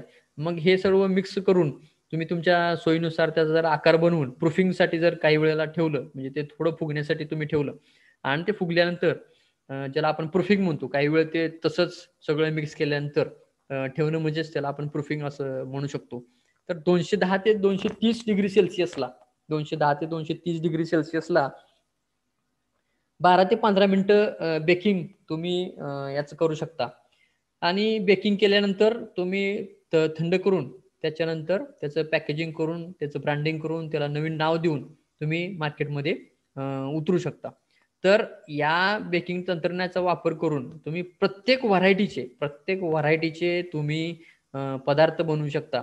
मग आता आपण जे ब्रेड बिस्किट खातो तर ते ब्रेड बिस्किट फक्त आपण मैद्याचे खातो किंवा कुकीज असतील तर मैद्याचे खातो. तर याच्यामध्ये आपण काय करू शकतो, विविधता आणण्यासाठी तुम्ही 50% या गोष्टींचा वापर केला तर तुम्हाला या राळ्याचा असेल किंवा कुद्रू असेल किंवा कुट्टू असेल, सावा असेल, राजगिरा असेल, तर याच्या पिठांचा वापर तुम्ही त्याच्यामध्ये करू शकता. आणि याच्यानंतरही पुढचं त्याचं जर मार्केटिंग तुम्हाला करायचं असेल तर याच्या वेगवेगळ्या व्हरायटीज आपल्या देश पातळीच्या ज्या काही संस्था असतील त्यांनी डेव्हलप केलेल्या आहे. तर त्या व्हरायटीनुसार सुद्धा तुम्ही त्याचं प्रमोशन करू शकता. जसं मी तुम्हाला सांगितलं महात्मा फुले कृषी विद्यापीठाची फुले पंचमी ही व्हरायटी लाह्यासाठी आहे. तर मग अशा काही ज्या व्हरायटीज आहेत याच्यातल्या महत्त्वाच्या व्हरायटी घेऊन तुम्ही त्याच्यापासून बिस्किट तयार करू शकता. आजकाल मार्केटमध्ये आपण असं पाहत नाही की बाबा फुले समाधान गव्हापासून तयार केलेलं हे बिस्किट आहे. असं आपण पाहण्यात येत नाही किंवा असं आपण खाण्यात येत नाही. आपल्याला ती टेस्ट कळत नाही. याच्यामध्ये फक्त आपण गहू किंवा गव्हाचं पीठ टाकलं एवढंच माहित होतं. मग असं जर तुम्ही ब्रँडिंगचा त्याचा विचार केला तर त्याच्यातून सुद्धा तुम्हाला एक व्यवसाय उभा राहू शकतो. हे सगळ्यात महत्त्वाचं आहे. आणि सगळ्यात महत्त्वाचं आपण रोजच्या मार्केटमध्ये जे पाहतो की कुरकुरे अशी बरेचसे पदार्थ किंवा प्रोडक्ट अवेलेबल असतात. त्यालाच एक्सट्रुजन टेक्नॉलॉजी आपण म्हणतो. मग हे रवाळ पीठ तयार करून त्या मशीनद्वारे ज्याला आपण एक्सट्रुडर म्हणतो, ते थोडीशी खर्चिक असेलही परंतु त्याच्यापासून खूप सारे पदार्थ बनवता येऊ शकतात. त्या मशीनची जरी इनिशियल कॉस्ट जास्त असली तरी सुद्धा त्याच्यापासून करण्यात येणारे वेगवेगळे पदार्थ किंवा वेगवेगळ्या साईजचे असतील, वेगवेगळ्या व्हरायटीचे असतील किंवा हे 8 जरी धान्य आपण त्याच्यावर प्रोसेस केले तर जवळपास 100-200च्या वर आपण प्रोडक्ट या एक्सट्रुजन टेक्नॉलॉजीनं करू शकतो. आणि हे जे एक्सट्रुजन टेक्नॉलॉजी म्हणजे नक्की काय, तर ते त्याचं उदाहरण म्हणजे आपल्याला घरातल्या शेवया. तर हे शेवया म्हणजेच एक्सट्रुजन टेक्नॉलॉजी आहे. तर जगामध्ये या मायनर मिलेट्सचा वापर होतोय किंवा त्याचा वापर आपल्या शेती पद्धतीमध्ये करतायत. इंडिया असेल, चायना असेल, म्यानमार असेल, कोरिया, इथिओपिया. आता आपण पाहिलं या आफ्रिकन कंट्रीमध्ये याचा वापर जास्त आहे. कारण त्या लोकांची जी काही आरोग्य क्षमता असेल किंवा रोगप्रतिकारक क्षमता आहे ती थोडीफार जास्त आहे. कारण त्या लोकांचा आहारामध्ये अशा गोष्टींचा वापर जास्त आहे. आता प्रोसेसिंग पद्धती इथं चित्रात दाखवल्याप्रमाणे ह्या काही जुन्या पद्धती आहेत. मग काही पारंपरिक पद्धती आहेत की जे आपण डिहस्किंग किंवा डिमिलिंग. आता ह्या थोड्याशा किचकट होत्या. त्याच्यामुळंच मग काय झालं ते मागं पडत गेलं. मग लोकांना थोडासा त्रास होत असल्यामुळं या पटकन आपल्याला ते वापरात येऊ शकत नाही. जसे आपण गहू, ज्वारी, बाजरी, नाचणी आपण काढल्यानंतर लगेच जसे तसे आपण वाळवले की आपण खाऊ शकतो किंवा त्याचं पीठ करून खाऊ शकतो. तसं याचं करता येत नाही. त्याच्यासाठी डिहलिंग करणं आवश्यक आहे. मग पूर्वी हे डिहलिंग करण्यासाठी वेगवेगळ्या मशिनरी उपलब्ध नव्हत्या, परंतु आता आहेत. मग त्याचा वापर जर आपण केला तर आपल्या आहारात ह्या गोष्टी लगेच येऊ शकतात. आणि मी सांगितल्याप्रमाणे जे अँटीन्यूट्रिशनल फॅक्टर आहेत की प्रतिरोधी पोषक तत्वे आहेत ते सुद्धा आपण डिहस्किंग, मिलिंग किंवा ज्याला माल्टिंग म्हणतो किंवा मोड आणणे, त्याच्यानंतर मोड आलेले परत ते बाजूला करून जसं तसं ते दळून त्याचं पीठ तयार करणे, त्यालाच आपण माल्ट म्हणू शकतो किंवा सत्व असं आपण म्हणतो. त्याच्यानंतर किण्वन प्रक्रिया जर आपण करून वेगवेगळे पदार्थ तयार करू शकतो. आणि पॉपिंग तुम्हाला सांगितलं की पॉपिंग म्हणजेच काय, आपण लाह्या तयार करणे. फक्त याच्यामध्ये मक्यामध्ये त्या लाह्या अशा बस्ट होतात किंवा फुटून जातात. तो दाणा फुटून जातो. परंतु याच्यामध्ये जसं तसं ते गोलाकाररित्या त्याचा आकार राहतो. आणि पफ गनद्वारे आपण याचं पॉपिंग करू शकतो. त्याच्यानंतर वेगवेगळे पारंपरिकरित्या चालत आलेले हे पदार्थ आहेत, ज्याला आपण रोटी असेल, आता माफ करा थोडंसं हे इंग्लिशमध्ये आहे, वेळेचे अभाव हे मला मराठीत कन्वर्ट करता आलं नाही. परंतु रोटी, त्याच्यानंतर आपण लहान मुलांना जे काही लापसी देतो तर त्यालाच पोडरेज असं म्हणतात. त्याच्यानंतर शिजवलेली धान्य, त्याच्यानंतर आपण आपल्या दिवाळीच्या वेळेला काही जे वेगवेगळे पदार्थ बनवतो, तर त्याच्यामध्ये सुद्धा या गोष्टींचा वापर होणं, मैद्याचा वापर करतानाच त्याच्यामध्ये 50% या गोष्टींच्या पिठांचा वापर करणं अत्यंत आवश्यक आहे. त्याच्यानंतर नवीन काही जे प्रोडक्ट आहेत, तर नवीन प्रोडक्ट जे आहेत, जसं आपण मार्केटमध्ये गेल्यानंतर आपल्याला गव्हाचं पोतं मिळतं किंवा गव्हाच्या पिठांचं पोतं 5 किलो 10 किलो मध्ये मिळतं. परंतु या मायनर मिलेटच्या पिठांचं पोतं आपल्याला मिळत नाही. कारण याची स्टोरेज लाईफ जरी कमी असली, परंतु आता सध्या स्थितीला तर इव्हन बाजरी सुद्धा आपण म्हणतो की जास्त टिकू शकत नाही. परंतु आता सध्या तंत्रज्ञान आहे की आपण बाजरी सुद्धा 1-1.5 महिन्याच्या वर आपण ते टिकू शकतो. असं तंत्रज्ञान कृषी विद्यापीठानं डेव्हलप केलेलं आहे. तर त्याचा वापर करून आपण याचा आहारातला वापर वाढवू शकतो. त्याच्यानंतर पारबॉइल्ड ग्रेन्स, पारबॉइलिंग ज्याला आपण म्हणतो की अर्धवट शिजवून ते परत वाळवलं आणि ते दळून जर तुम्ही घेतलं तर तुम्हाला इन्स्टंट पदार्थ आपण त्याच्यापासून बनवू शकतो. त्याच्यानंतर पॉप प्रोडक्ट सांगितलं तुम्हाला की लाह्या आपण बनवणं किंवा एक्सट्रुडेड प्रोडक्ट तयार करणं, शेवयासारखे पदार्थ तयार करून त्याचे वेगवेगळे पदार्थ आपण तयार करू शकतो. त्याच्यानंतर दुसरी टेक्नॉलॉजी आपण पाहिली की फ्लेक्स, पोहे असतील, त्यानंतर विविध बेकरी पदार्थ असतील, त्यानंतर नूडल्स, शेवया असतील किंवा पापड असेल. आता नाचणीचे पापड आपण प्रसिद्ध आहेत. बरेचसे प्रमाणात आपण त्याचा वापर आपल्या आहारामध्ये करतो. मग या किंवा त्या पद्धती का होईना, या गोष्टीचा वापर आपल्या आहारामध्ये जर केला तर त्याच्यातून काही जी पोषण तत्व मिळणार आहेत ती आपल्याला मिळू शकतात. त्याच्यानंतर रिफायनिंग करणं किंवा त्याचं जे वरचं कव्हरिंग हस्क जे आहे आणि ब्रान आहे ते काढणं अत्यंत आवश्यक आहे आणि त्याच्यासाठी प्रायमरी प्रोसेसिंगचे करणं सुद्धा आवश्यक आहे. मग ते प्रायमरी प्रोसेसिंगचं युनिट सुद्धा एक व्यावसायिकरित्या आपण उभं करू शकतो की जेणेकरून अशी काही शेतकरी यांचा वापर करणार आहे पीक पद्धतीमध्ये, तर ते आणून एका ठिकाणी किंवा तुमचा महिला बचत गट असेल किंवा FPO असेल किंवा एखादं ऑर्गनायझेशन असेल, तर या लोकांनी सुद्धा तुम्ही फक्त मिलेट प्रोसेसिंगचं प्रायमरी युनिट जर तुम्ही उभं केलं तर प्रोसेसिंग करण्यासाठी जे लोकांना आता जर महाराष्ट्रात बघितलं तर आपल्या ह्या पट्ट्यात जर पाहिलं तर जवळपास नाशिकमध्येच माझ्यामध्ये एखादं युनिट आहे म्हणजे माझ्या दृष्टीनं. परंतु आपल्या या भागामध्ये सांगली, सातारा, कोल्हापूर, पुणे असेल किंवा नगर असेल तर याच्यामध्ये प्रोसेसिंग करण्याचं जे काही प्रायमरी प्रोसेसिंगचे युनिट असेल तसं महाराष्ट्रात खूप कमी आहेत. मग हे एक व्यावसायिकदृष्ट्या सुद्धा तुम्हाला एक चांगलं आर्थिक उत्पन्न देणारा भाग होऊ शकतो. त्याचा विचार महिला बचत गट असतील किंवा FPO असेल किंवा NGO असेल त्यांनी विचार करू शकता. म्हणजे किमान आपल्याला आपल्या मार्केटमध्ये आपल्या आहारामध्ये याचा वापर वाढवता येऊ शकतो. त्याच्यानंतर तुम्हाला सांगितलं की याचे पोहे तयार करणे. मग आता नाचणीचे पोहे, आता नाचणीचं तुम्ही धान्य किंवा त्याचं जे काही बिया असतील तुम्ही पाहिल्या असतील आणि या चित्रामध्ये तुम्ही पाहताय तर असे काही छोटे छोटे फ्लेक्स त्या रागीचे तयार केले तर मग रागी त्याच्यापासून मग हे फॉक्सटेल मिलेट आहे. त्याच्यानंतर याच्यापासून हे केलेली ज्याला आपण मुसळी म्हणतो, मग त्याच्यामध्ये ड्रायफ्रुट्स, काजू, बदाम, पिस्ता टाकून तुम्ही केलेला आहे आणि याच्यातून नवीन पदार्थ म्हणजे या सर्व गोष्टी एकत्र करून कंपोजिट फ्लोअर तयार करून हे फ्लेक्स तयार केलेलं आहे किंवा त्याच्यापासून काही पोहे तयार केले आहेत. मग याचा वापर करून तुम्ही काही साधे पोहे तयार करा किंवा चिवडा तयार करा किंवा अजून काही दुसऱ्या गोष्टी तुम्हाला लाडू तयार करू शकता, जसं आपण राजगिऱ्या करू शकतो. तर अशा पद्धतीचे काही गोष्टी तयार करून नवीन नवीन व्हॅल्यू ॲडेड प्रोडक्ट्स तुम्ही तुमच्या पद्धतीनं घरगुतीरित्या असतील किंवा महिला बचत गट असेल किंवा FPO असेल त्यांच्या मार्फत तयार करून त्याची विक्री करू शकता. आता याच्यामध्ये एक्सपांडेड प्रोडक्ट तुम्हाला सांगितलं, एक्सट्रुडेड प्रोडक्ट किंवा पफ गन, पफिंग ज्याला म्हणतो आपण, तर याच्यामध्ये हे पफिंग झालेलं आहे. त्या एका बियाचं हे असं थोडंसं गोल तयार होऊन त्याचं जे पफिंग आहे ते पफिंग झालेलं आहे, ते फुगलेलं आहे आणि याचा वापर करून तुम्ही हेल्थ बार्स, म्हणजे आता काही वेळेला काय होतं, बऱ्याच वेळेला आपल्याला जेवायला वेळ नसतो किंवा कामात आपण एवढं व्यस्त असतो की आपण जेवण विसरून जातो. मग त्यावेळेला असे काही बार्स आपण आपल्या खिशामध्ये ठेवले, जसे आपण लहानपणी गोल शेंगदाणा आपल्या खिशामध्ये ठेवून फिरत होतो, त्यावेळेला जर असे काही बार्स याचे छोटे छोटे चॉकलेट, आता आपण लहान पोरांना चॉकलेट 5 स्टार, कॅडबरी, त्याच्यानंतर अजून काय ते असे बरेचसे प्रोडक्ट आपण त्यांना घेऊन लगेच खायला देतो. मग त्याच्यासाठी हे जर असे पूर्ण युक्त असलेले धान्य वापरून तुम्ही असे हेल्थ बार्स किंवा फ्रूट बार तयार केले तेच तुमच्या मुलांना किंवा आपल्या इव्हन कोणत्याही वयोगटाच्या लोकांनी जर ते खाल्ले तर त्याच्यातून पोषण तत्व त्यांना मिळू शकतात.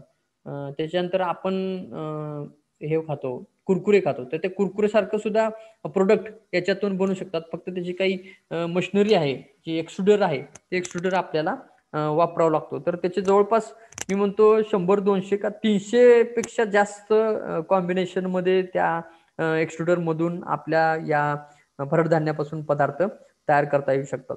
आता इथं या चित्रामध्ये नाचणी दाखवली आहे, खाली पॉप्ड प्रोडक्ट दाखवलेले आहेत. तर त्याच्यापासून लाह्या, ज्वारीपासून सुद्धा लाह्या तयार करतात. आपण ज्या मक्यापासून पाहिलेल्या आहेत, मल्टिप्लेक्स मध्ये जर गेलं तर आपल्याला 100 रुपये किंवा 200 रुपये लाह्याचं 100 ग्रॅमचं पाकिट मिळतं. पण त्याच्यामधून काही पोषण तत्व मिळणार आहे, तर ते तेवढं मिळत नाही. परंतु ज्वारी किंवा बाजरी किंवा नाचणी असेल किंवा हे मायनर मिलेट्स असतील, भरड धान्य असेल, त्याच्या जर लाह्या आपण खाल्ल्या तर त्याच्यातून काही जी पोषण तत्व, कॅल्शियम आहे, मायनर मिलेट्स मधून काही जे मायक्रोन्यूट्रियन्स आहेत जे आपल्या शरीराला आवश्यक असतात, ते बाकी याच्यातून मिळत नाहीत. मग ते आपल्याला मिळवता येऊ शकतं, ते सगळ्यात महत्वाचं आहे. आणि याला काही खूप मोठी तंत्रज्ञान लागतंय असंही नाहीये. जे आपण पूर्वापाररित्या चालत आलेले त्याच्यामध्ये थोडीशी सुधारणा करून तुम्ही याचं पॉपिंग करू शकता. आता आपल्याला जसं पाहिलं तर मक्याचे जसे आपण तयार करतो तसंच आपण पारंपरिकरित्या त्याचा वापर करून, पद्धतीचा वापर करून त्या फुले पंचमीचे काही ज्या ज्वारीचे आहे त्याच्या लाह्या आपण तयार करू शकतो.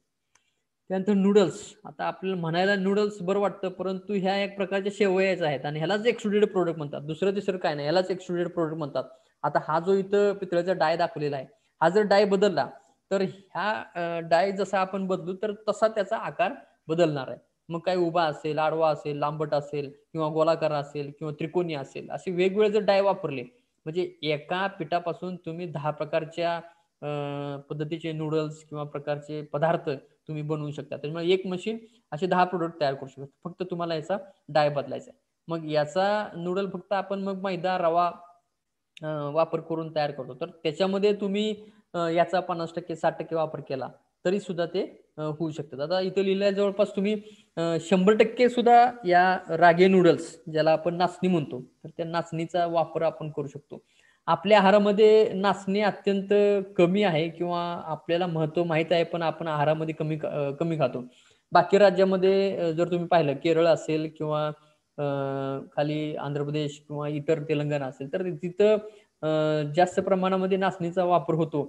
जास्तीत जास्त केरळमध्ये जर तुम्ही गेला तर इव्हन जसे आपल्याला समोसा मिळतो तशा पद्धतीनं आपल्याला या नाचणीपासून तयार केलेले काही रोटी असतील किंवा काही जसे आपण थालीपीठ खातो तसे थालीपीठ असतील, तर या नाचणीपासून तयार केलेले थालीपीठ आपल्याला मिळू शकतात. कारण का त्याच्यापासून मिळणारे जे काही कॅल्शियम आहे ते आपल्या शरीराला जास्त पोषक आहे. त्यानंतर ह्या नाचणीपासून तुम्ही नाचणी पापड बनवू शकता. त्याच्यानंतर आपण चकली खातो. चकली हा आपल्या दिवाळीच्या प्रोडक्ट मधला अत्यंत आवडता असा पदार्थ आहे. तर मग त्याच्यामध्ये जर तुम्ही रागी मिक्स केली किंवा राळं मिक्स केलं किंवा तुमचं राजगिरा मिक्स केलं, त्याचं पीठ मिक्स केलं, तर ते तुम्हाला आपल्या शरीराला खाण्यासाठी पोषक असेल आणि त्याच्यावरून काय होणारे दुष्परिणाम आहे. कारण फक्त आपण डाळीचं पीठ आणि मैद्याचं काही थोडंफार मिक्सर त्याच्यामध्ये असल्यामुळं त्याचा तेवढा त्याच्यातून पोषण तत्व आपल्याला मिळत नाही. परंतु अशी काही भरड धान्याची पिठं आपण त्याच्यामध्ये मिक्स केले तर त्याच्यापासून आपल्याला पोषण तत्व मिळू शकतात. त्याच्यापासून सूप आपण जसं आपण टोमॅटोचं सूप तयार करतो तसं ह्या गोष्टींचं सुद्धा सूप तयार करून तुम्ही बरेचसं त्याच्यातून पोषण तत्व मिळू शकता आणि तुम्ही तुमची भूक भागवू शकता. कारण तुम्ही चपाती खाल्ल्यानंतरचं आपलं जेवल्यानंतरचा स्थिती आणि भाकरी खाल्ल्यानंतरची स्थिती, ह्या दोन्ही स्थितीमध्ये खूप फरक आहे. म्हणून हा भरडधान्याचा वापर आपल्या शरीरासाठी आवश्यक आहे. तो वाढणं अत्यंत आवश्यक आहे. त्यासाठी असे मूल्यवर्धित पदार्थ करणं आवश्यक आहे. मग वेगवेगळे बिस्किट सुद्धा, आता बेकिंग टेक्नॉलॉजीद्वारे बिस्किट आपण तयार करू शकतो. कारण याच्यामध्ये तंतुमय पदार्थांचा जे प्रमाण आहे ते प्रमाण जास्त आहे आणि हे तंतुमय पदार्थ आपल्या शरीराला अत्यंत आवश्यक आहे. त्याच्यानंतर माल्टेड रागी, माल्टेड म्हणजे त्याला आपण मोड आणून मोड आणल्यानंतर जसच्या तसं थोडंसं सुकवून आपण वाळवून जर बारीक केलं किंवा दळलं तर त्या पिठाद्वारे आपण त्याची एक प्रकारचं पेय आपण तयार करू शकतो. तर त्याच्यातूनच आपल्याला वेगवेगळी पोषण तत्व किंवा मूलतत्व आपल्याला मिळू शकतात. त्याच्यानंतर त्याच्यामध्ये जर आपण या पिठामध्ये जर आपण दूध असेल किंवा पाणी असेल तर या दूध आणि पाण्याचा वापर करून आपण विनिंग फूड म्हणजे लहान मुलांना खाण्यासाठी आपण त्याचं पोटरेज मी तुम्हाला जसं सांगितलं किंवा लापसी असेल तर त्याचा वापर आपण करू शकतो. किंवा पारबॉइल्ड किंवा अर्धवट शिजवून जर तुम्ही वाळवून ते जर बारीक केलं आणि परत तुम्ही पॅकेटमध्ये करून जसं आपण नाचणी सत्व येतो तसंच या गोष्टींचं सत्व तुम्ही जर तयार केलं तर त्या सत्वाचा रेडी टू ईट म्हणून सुद्धा म्हणजे लगेच आपल्याला खाता येईल. लगेच पाणी दूध किंवा टाकून थोडंसं गरम केलं तर लगेच त्याचे लापसी किंवा एक खीर टाईप तयार होऊ शकतं. त्याच्यातून तुमच्या मुलांना एक चांगल्या प्रकारचं न्यूट्रिशन किंवा पोषण मिळू शकतं. त्यानंतर रेडी टू ईट स्नॅक्स म्हणजे आपल्याला लगेच खाता येईल. लगेच पाकिटातून काढलं की आपण आपल्या तोंडात टाकू शकतो. तर त्यासाठी मग राजगिऱ्याचा लाडू आहे.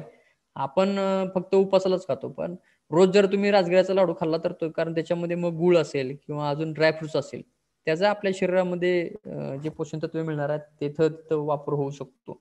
मग अशा वेळेला या गोष्टींचा जर वापर केला आणि राजगिरा खाणं अत्यंत आपल्या शरीरासाठी चांगलं आहे.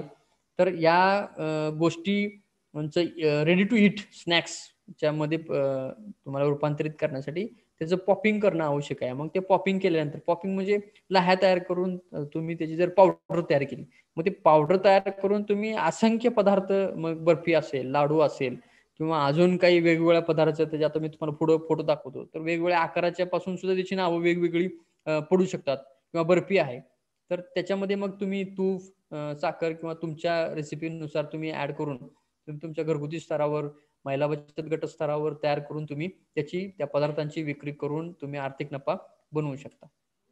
त्यानंतर आता रेडी टू ईट स्नॅक्स ज्याला आपण म्हणतो रेडी टू यूज प्रोडक्ट ज्याला आपण म्हणतो तर याच्यामध्ये जवळपास काही जे मिनरल्स असतील पण तुम्ही पदार्थ आहेत ते पदार्थ तुम्हाला चांगल्या पद्धतीचे मिळू शकतात. जी रागी आहे त्या रागीमध्ये जवळपास 300 ते 400 मिलीग्रॅम कॅल्शियम आपल्याला त्याच्यातून मिळू शकतं. त्याच्यानंतर आता हे सगळे सारखेच दिसतात परंतु त्याच्यामध्ये फरक आहे.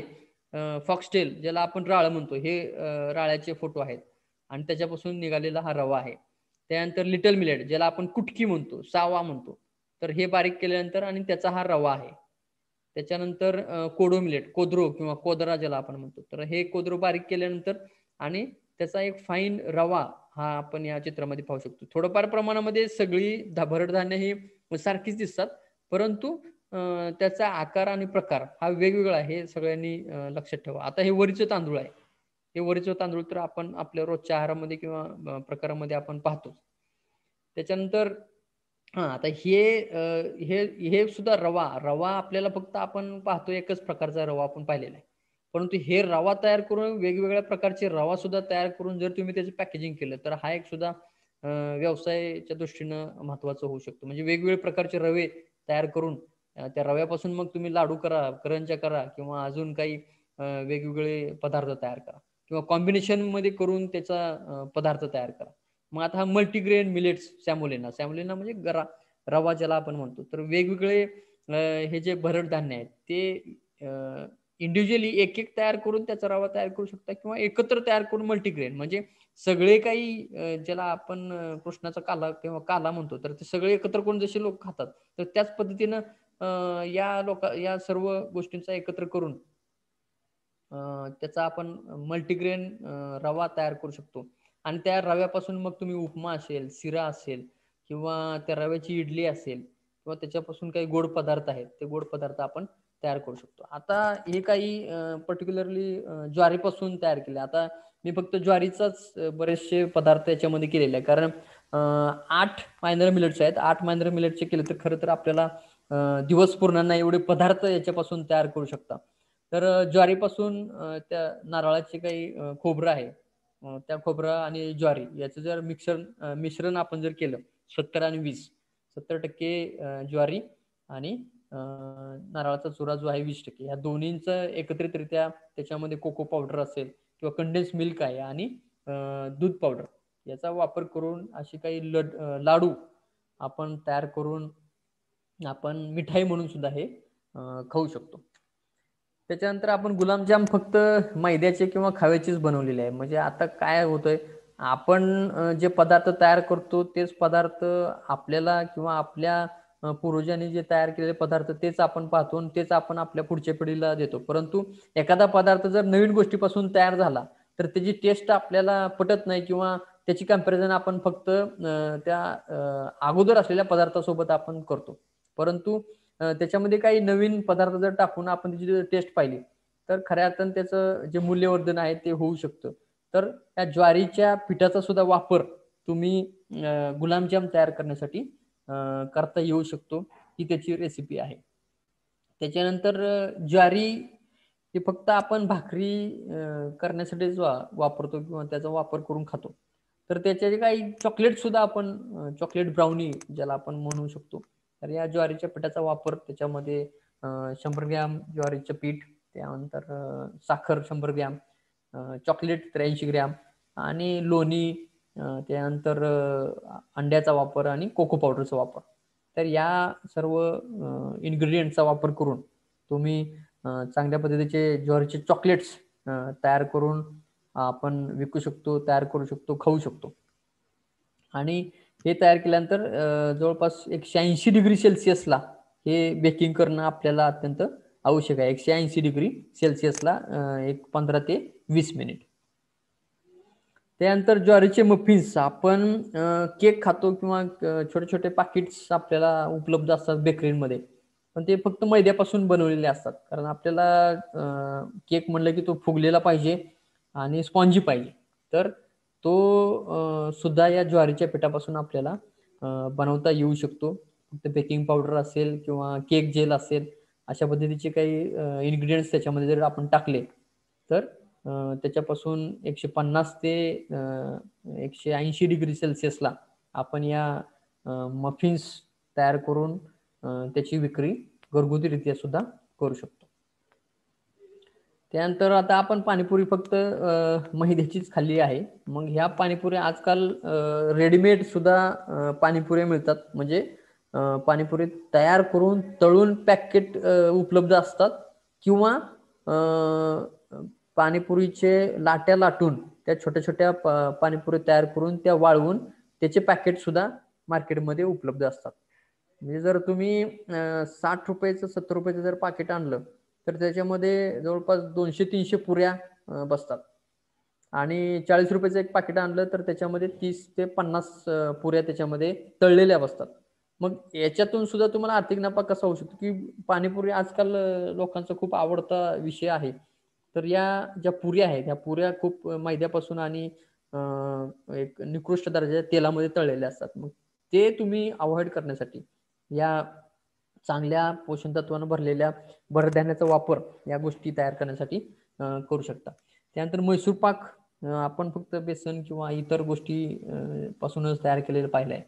परंतु त्याच्यामध्ये जर ज्वारी किंवा इतर भरड धान्याच्या पिठांचा वापर तयार करून जर तुम्ही ते मैसूर पाक तयार केला, खरं तर अजून सुद्धा मैसूर पाक बनवणं ही एक कला आहे. कारण मैसूर पाक सगळ्याला जमतोच असं नाही, परंतु त्याचा वापर या ज्वारीच्या पिठाचा वापर तुम्ही हे मैसूर पाक तयार करण्यासाठी करून तुम्ही एक चांगला गोड पदार्थ या ज्वारीपासून बनवू शकता. त्याच्यानंतर बर्फी, आपण बर्फी जवळपास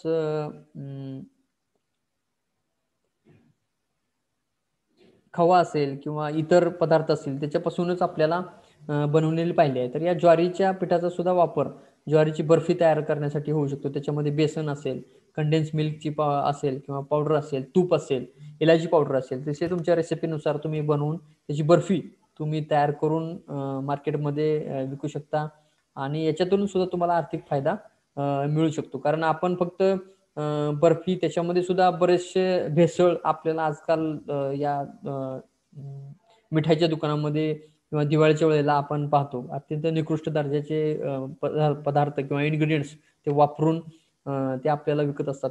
तशा वेळेला मग आपण घरगुतीरित्या या ज्वारीच्या पिठाचा वापर करून ज्वारीची बर्फी तयार केली तर आपले एक चांगला गोड पदार्थ आपण याच्यापासून बनवू शकतो. त्याच्यानंतर चॉकलेट्स जे आहेत तर आपण चॉकलेट्सचा तयार करण्यासाठी सुद्धा या ज्वारीच्या पिठाचा वापर की ज्याच्यामध्ये डार्क चॉकलेट पावडर, त्यानंतर आता डार्क चॉकलेट आणि पांढरं चॉकलेटची पावडर सुद्धा आपल्याला मिळते. तर त्याच्यामध्ये खोबऱ्याचा किस असेल, त्याच्यानंतर भाजलेलं ज्वारीचं पीठ असेल, तर याचा वापर करून सुकामेवा असेल किंवा कंडेन्स मिल्क आहे किंवा मिल्क पावडर आहे, या सर्वांचा वापर केला तर तुम्ही एक चांगल्या प्रकारचं ज्वारीचं चॉकलेट तयार करून तुम्ही खाऊ शकता. त्यानंतर डोसा आपण फक्त तांदूळ आणि इतर डाळींचाच आपण पाहिलेला आहे, परंतु त्याच्यामध्ये उडद आणि तांदूळच आपण टाकतो. मग त्यातला एखादा भाग जर आपण ज्वारीचा टाकला किंवा त्याच्यामध्ये अजून मेथीचे दाणे टाकून जर आपण त्याची टेस्ट जर वाढवली तर जसं आपण तांदळापासून डोसा तयार करतो तर तसे अशा ज्वारीच्या पिठापासून सुद्धा डोसा आपण तयार करू शकतो. त्यानंतर आंबील. आता बऱ्याचशे लोकांना आंबील हा पदार्थ माहीत नसेल. म्हणजे आता लहानपणी तर म्हणजे मी पाहिल्याप्रमाणे हे आंबील म्हणजे लोक पौर्णिमा अमावस्येला काही बनवायचे आणि लोकांना एकत्र करून हे आंबील पाजायचे. तर तसा प्रकार आता होताना दिसत नाही. मग हे लुप्त झालेले पदार्थ आपल्याला पुन्हा वर काढून त्याला एक नवीन झळाळी देण्यासाठी प्रयत्न करणं अत्यंत आवश्यक आहे. कारण आंबील हा खरं तर अत्यंत चविष्ट पदार्थ आहे किंवा पेय आहे, आपण असं म्हणायला हरकत नाही. तर अत्यंत चांगला असा आंबील आपण म्हणजे ते कुणालाही करता येतं अशातला भाग आहेच. परंतु हे आपल्या आहारातून जसे आपण ताक पितो, लस्सी पितो, तसं हे आंबील सुद्धा आपल्याला करता आलं पाहिजे आणि अधूनमधून त्याचा सुद्धा स्वाद घेऊन त्याच्यातून काही पोषण तत्व मिळणार आहे. कारण हे आंबील म्हणजे ते आंबवणी पदार्थ प्रक्रिया केल्यामुळेच त्याला आपण आंबील असं म्हणतो. कारण फर्मेंटेशन झाल्यानंतर बरेचसे न्यूट्रिएंट्स आपल्याला त्याच्यातून मिळतात. तर त्याच्यामध्ये मीठ आणि थोडंसं पाणी टाकून उकळून त्या पिठामध्ये उकळल्यानंतर त्याच्यामध्ये थोडंसं उकळून बरेचसे जसं आपण मठ्ठा किंवा छास तयार करतो त्या पद्धतीनं सुद्धा हे तयार करून आपण त्याचा वापर करू शकतो. त्यानंतर उपमा आहे, ज्वारीचा उपमा. आपण ज्वारीपासून पीठ आणि त्याच्यापासून रवा जर तयार केला तर त्या रव्याचा वापर आपण रोजच्या आहारामध्ये जसा उपमा तयार करतो त्याच पद्धतीनं या ज्वारीच्या रव्याचा वापर उपमा तयार करण्यासाठी होऊ शकतो. आणि याच्यासाठी इन्स्टंट मिक्सचर्स सुद्धा मार्केटमध्ये सध्या स्थितीला अवेलेबल आहेत, पण काही कमी प्रमाणात आहेत. पण आपण सुद्धा तयार करून त्याचा वापर उपमा तयार करण्यासाठी, इन्स्टंट मिक्सचर्स तयार करण्यासाठी, कन्व्हिनियन्स फूड मी तुम्हाला सांगितले एक टेक्नॉलॉजी, तर त्या कन्व्हिनियन्स फूडद्वारे याचा ज्वारीचा उपमा तयार करण्यासाठी वापर होऊ शकतो. आता समोसा सगळ्यांचा आवडता विषय आहे. बऱ्याचशा ठिकाणी गाड्यांवर किंवा रस्त्यावर आपल्याला विकताना दिसतात, तर ते फक्त मैद्यापासूनच बनवले असतात. मग आपल्याला घरी सुद्धा काही वेळा जर खाऊ वाटलं तर त्या आट्यामध्ये तुम्ही जर ज्वारीचा आटा जर मिक्स केला तर खऱ्या अर्थानं त्याचं मूल्यवर्धन होऊ शकतो. म्हणजे जे आपल्या शरीरावर विपरीत परिणाम होणार आहे ते आपण या ज्वारीच्या पिठाचा वापर करून तयार करू शकतो. म्हणजे मी एक थोड्याफार प्रमाणात आयडिया तुम्हाला इथं सांगतोय की कोणकोणते पदार्थ तयार करता येऊ शकतात किंवा कोणकोणत्या पदार्थामध्ये त्याचा आपण समावेश करू शकतो. ऍटलिस्ट त्याचा विचार जरी केला तर आपण 1-2 पदार्थ तयार करून घरगुतीरित्या का होईना खाता येऊ शकतो. त्याच्यानंतर खीर आहे. आता आपण एक्सट्रुजन टेक्नॉलॉजी पाहिले की या ज्वारी, बाजरी, नाचणी असेल तर त्याच्यापासून शेवया आपण तयार करतो. तर त्या शेवया सुद्धा तयार करून त्या शेवयाची खीर आपण बनवू शकतो. त्यानंतर ज्वारीचा चिवडा. आता आपण पोहे तयार केले तर त्या पोह्याचं काय करायचं, तर त्या पोह्यापासून आपण वेगवेगळा मसाला वापरून तर पोह्याचा चिवडा आपण तयार करू शकतो. जसे आपण दिवाळीच्या वेळेला किंवा इतर सणांच्या दिवशी आपण तो चिवडा तयार करतो, त्यात तो चिवडा आपण तयार करू शकतो. त्यानंतर ज्वारीचे बिस्किट्स. आता आपल्याला थोडंसं नवीन वाटेल, ज्वारीचं बिस्किट बाबा काय आहे, तर ज्वारीचं बिस्किट सुद्धा तयार होऊ शकतं. जसे आपण साधे मैद्याचे बिस्किट तयार करतो, तर हे मैद्याचे बिस्किट जसे आहेत तसेच पद्धतीचे हे ज्वारीचं बिस्किट आपण तयार करून जवळपास 180 ते 210 डिग्री सेल्सिअसला 15 ते 20 मिनिट आपण त्याचं बेकिंग तयार करून, जसे आपण मैद्याचं बिस्किट तयार करतो त्याच्यामध्ये बेकिंग पावडर टाकतो, दूध पावडर टाकतो, या सगळ्या गोष्टी टाकून आपण डो तयार करून मोल्डिंग तयार करतो किंवा छोटे छोटे गोल आकार तयार करतो. असं तयार करून तुम्ही त्याचं बेकिंग करू शकता आणि त्याच्यापासून बिस्किट तयार करू शकता. त्यानंतर पोंगल किंवा नमकीन पदार्थ जो याला आहे, जसं आपण गोड खीर म्हणतो किंवा त्याच्यानंतर नमकीन म्हणजे थोडंसं काळी मिरची किंवा त्याच्यामध्ये मीठ आणि बाकी इन्ग्रेडियंट्स टाकून एक नमकीन पदार्थ सुद्धा या ज्वारीच्या पिठापासून किंवा ज्वारीच्या पोह्यापासून तयार करता येऊ शकतो. त्यानंतर इडली. आता जसा रवा आपण वापरतो उपमा तयार करण्यासाठी, तर या ज्वारीची इडली सुद्धा आपण तयार करू शकतो. त्यानंतर ज्वारी आणि नारळाचा किस याच्यापासून ज्वारी आणि नारळापासून हे बिस्किट आपण तयार करू शकतो. त्यानंतर ज्वारी आणि मुंगफली म्हणजे ज्वारी आणि भुईमुग, तर याच्यापासून बिस्किट तयार सुद्धा आपण तयार करता येऊ शकतो. जशी आपण जनरल मैद्याचं बिस्किट तयार करतो तसेच बिस्किट, फक्त आपल्याला याच्यामध्ये ज्वारीचं पीठ असेल किंवा इतर भरड धान्याचं पीठ आहे, हे पीठ आपण टाकून तयार करू शकतो. त्याच्यामध्ये बेकिंग पावडर टाकणं अत्यंत आवश्यक आहे आणि 180 डिग्री सेल्सिअसला 20 मिनिटं बेक करणं आवश्यक आहे. जसं आता गोड बिस्किट म्हणालो तसंच याच्यामध्ये नमकीन बिस्किट सुद्धा येऊ शकतं. म्हणजे फक्त साखरेचं प्रमाण करून मिठाचं प्रमाण त्याच्यामध्ये जर वाढवलं थोडंफार चवीनुसार, तर ते नमकीन बिस्किट तयार होऊ शकतं. त्यानंतर जसे ज्वारीचे नमकीन बिस्किट तसेच ज्वारीचे गोड बिस्किट सुद्धा आपण तयार करू शकतो. त्यानंतर आता आपण पेढा पाहिलेला आहे, तो फक्त पेढा आपण खव्याचाच पाहिलेला आहे, परंतु या याच्यामध्ये पोह्याचे जे काही पेढा आहे, तो पेढा आपण पाहिला नसेल किंवा तयार केला नसेल, त्याची टेस्ट सुद्धा आपण कधी पाहिलेली आहे नाही आहे आपल्याला सांगता येणार नाही. परंतु ते जर तयार केलं तर त्याच्यापासून मिळणारी जी टेस्ट आहे, ती टेस्ट चांगलीच असेल, परंतु त्याच्यातून काही पोषण तत्व मिळणार आहेत ते महत्वाचे आहेत. त्याच्यासाठी असे वेगवेगळे पदार्थ तयार करून आपल्याला ते रोजच्या आहारामध्ये आणणं आवश्यक आहे.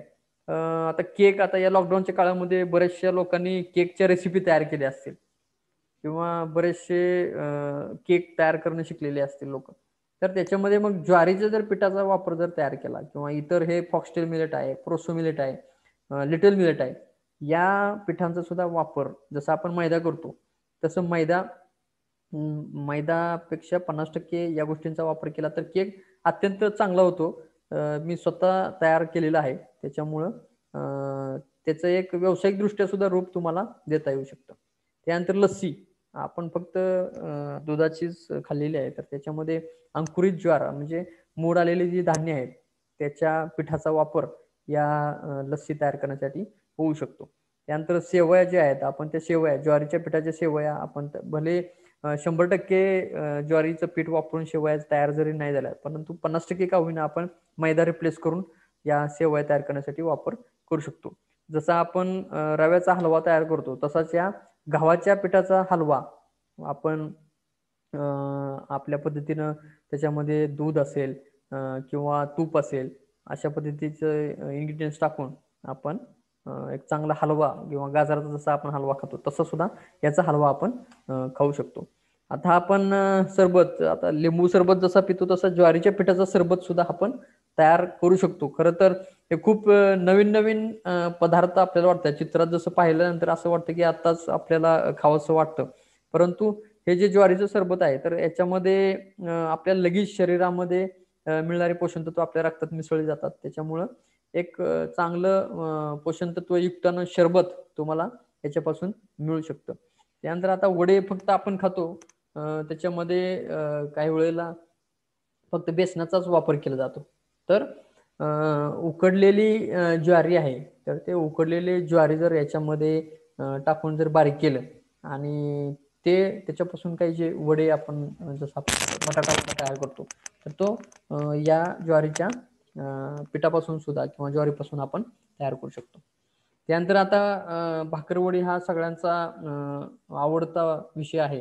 मग ह्या भाकरवडीचा सुद्धा विचार आपण या ज्वारी तयार करण्यासाठी करू शकतो, किंवा इतर मिलेट्स जे आहेत, प्रोसो असेल किंवा फॉक्सटेल मिलेट्स असेल, तर या गोष्टींचा वापर करून वेगवेगळे इन्ग्रेडियंट्स टाकून ज्वारीची भाकरवडी आपण तयार करता येऊ शकते. आता बुंदीचे लाडू, आता हे तर माझ्या मते सगळ्यांनी पहिल्यांदाच पाहिलं. आपण बुंदीचे लाडू फक्त बेसनाचे आपण बुंदी पाडून खाल्लेले आहेत, पण त्याच्यामध्ये जर ज्वारीचा वापर झाला, त्याच्यामध्ये बेसनचा वापर झाला, त्याच्यामध्ये सुकामेवा आणि इतर पदार्थ जर टाकले, तर आता या चित्रामध्ये दाखवलेलं आहे.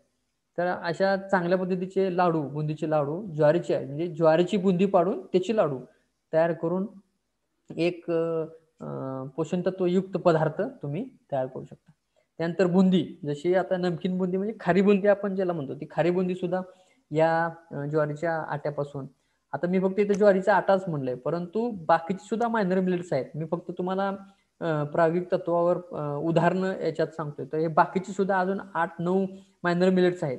म्हणजे फक्त तुम्ही ज्वारीची बुंदी घेतली तर अजून राहिलेले 8 जर तुम्हाला मिळाले, तर त्याच्यापासून सुद्धा तुम्ही बुंदी तयार करू शकता आणि त्याचा वापर तुमच्या आहारामध्ये करता येऊ शकतो.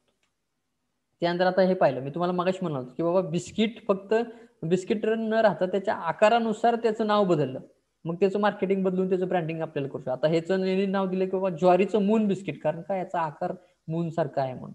मग असे काही मार्केटिंग स्ट्रॅटेजी तयार करून तुम्ही त्याच्यापासून एक व्यवसाय सुद्धा तयार करून बेकरी पदार्थ तयार करू शकता. आता हे झाल्यानंतर मला सगळ्यांना सांगावं वाटतं की आपल्याला प्रत्येक ठिकाणी जाऊन आनंद व्यक्त करणं आवडतं. थोडासा आता हा विषय वेगळा आहे. आपल्याला सगळ्या गोष्टी कराव्याशा वाटतात जीवनामध्ये. आपण मोकळीक राहून आनंद व्यक्त करायला आवडतं. आपल्याला जीवनामध्ये खूप सारा प्रवास, खूप सारा जागांना भेटी द्याव्याशा वाटतात. तर हे सगळं असतानाच आपल्या कौटुंबिक स्तरावर आपल्या जे आपले काही जवळचे आहेत किंवा नातेवाईक आहेत किंवा आपले जे कुटुंबीय आहेत, त्या लोकांसोबत आपल्याला चांगला वेळ घालवणं आवश्यक वाटतं. असं होत असतानाच पण काय होतं, पण आपण आपल्या शरीराकडे दुर्लक्ष करतो. कारण आपल्या शरीरात वाढलेली काही लठ्ठपणा असेल किंवा जो हृदयाचा विकार असेल किंवा हाय बीपी असेल किंवा पचनाचे काही विकार असतील किंवा डायबिटीस असेल, तर या गोष्टींचा प्रादुर्भाव आपल्या शरीरावर होत असल्यामुळं आपल्याला जे काही अगोदरच्या काही ज्या गोष्टी करायच्या, जे मी तुम्हाला दाखवल्या, त्याच्याकडे थोडंसं दुर्लक्ष होऊ शकतं. तर त्याच्यासाठी ह्या चांगल्या गोष्टींकडे लक्ष देणं किंवा आहारात त्याचा समावेश करणं हे अत्यंत आवश्यक आहे.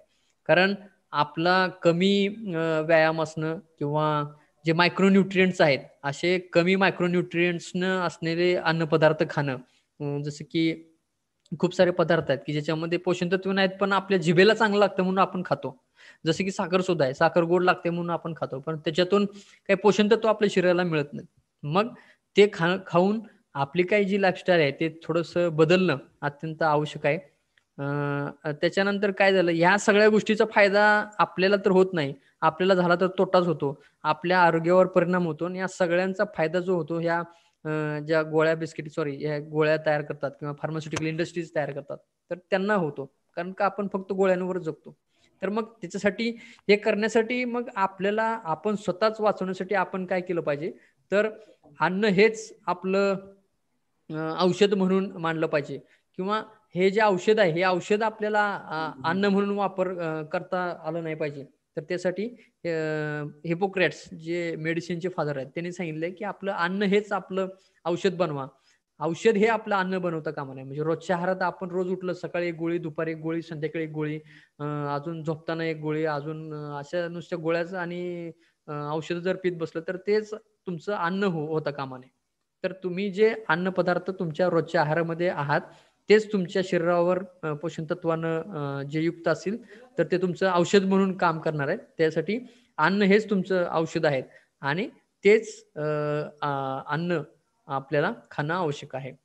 तर हा एक कॅलरीचा चार्ट आहे की ज्याच्यामध्ये पुरुष वर्ग असेल तर त्याला 2400 किलो कॅलरीज लागतं साधारणतः दिवसाला, आणि महिला असतील तर त्याला 2000 किलो कॅलरीज लागतात. त्याच्यानंतर हे एक छोटासा फोटोग्राफ आहे ज्याच्यामध्ये सर्व मिलेट्सचे कणस याच्यामध्ये दाखवण्यात आलेले आहेत. तर त्याच्यानंतर धन्यवाद. हे एक चित्र इथं मला असं दाखवायचं वाटतं की याच्यातले सर्व पदार्थ जे आहेत, मग भाकरी असेल, त्यानंतर हे नूडल्स असतील, हे बिस्किट असेल, इतर थोडेसे या पुऱ्या असतील किंवा भात असेल किंवा हा शिरा आहे, हा चिवडा आहे, डोसा आहे, तर हे मिलेट्स पासून बनवलेले आहे, सर्व भरड धान्यापासून बनवलेले आहे. मग हे त्यानंतर मी तुम्हाला सांगितलं सरबत किंवा लस्सी आहे. तर असे काही पदार्थ तयार करून तशा प्रकारचं जेवण आपल्या रोजच्या आहारामध्ये आणता येते का नाही याचा जर विचार सर्वांगीण विकास शेतकऱ्यांनी केला तर खरंच आपलं आरोग्य सुधारू शकतं. सर्व शेतकरी वर्गांनी, महिला वर्गांनी इथं शांततेपणे हे सर्व ऐकलं त्याबद्दल मी त्यांचा आभारी आहे. धन्यवाद. कुणाला काही प्रश्न असेल तर विचारू शकता. हॅलो, नमस्कार सर. आनंद कुलकर्णींचा एक प्रश्न आहे याच्यामध्ये. आनंद कुलकर्णी बोलतो. आनंद कुलकर्णी आपण स्वतः विचारताय की मी सांगू? नाही, मी स्वतः विचारतोय. मला 2-3 प्रश्न विचारायचे.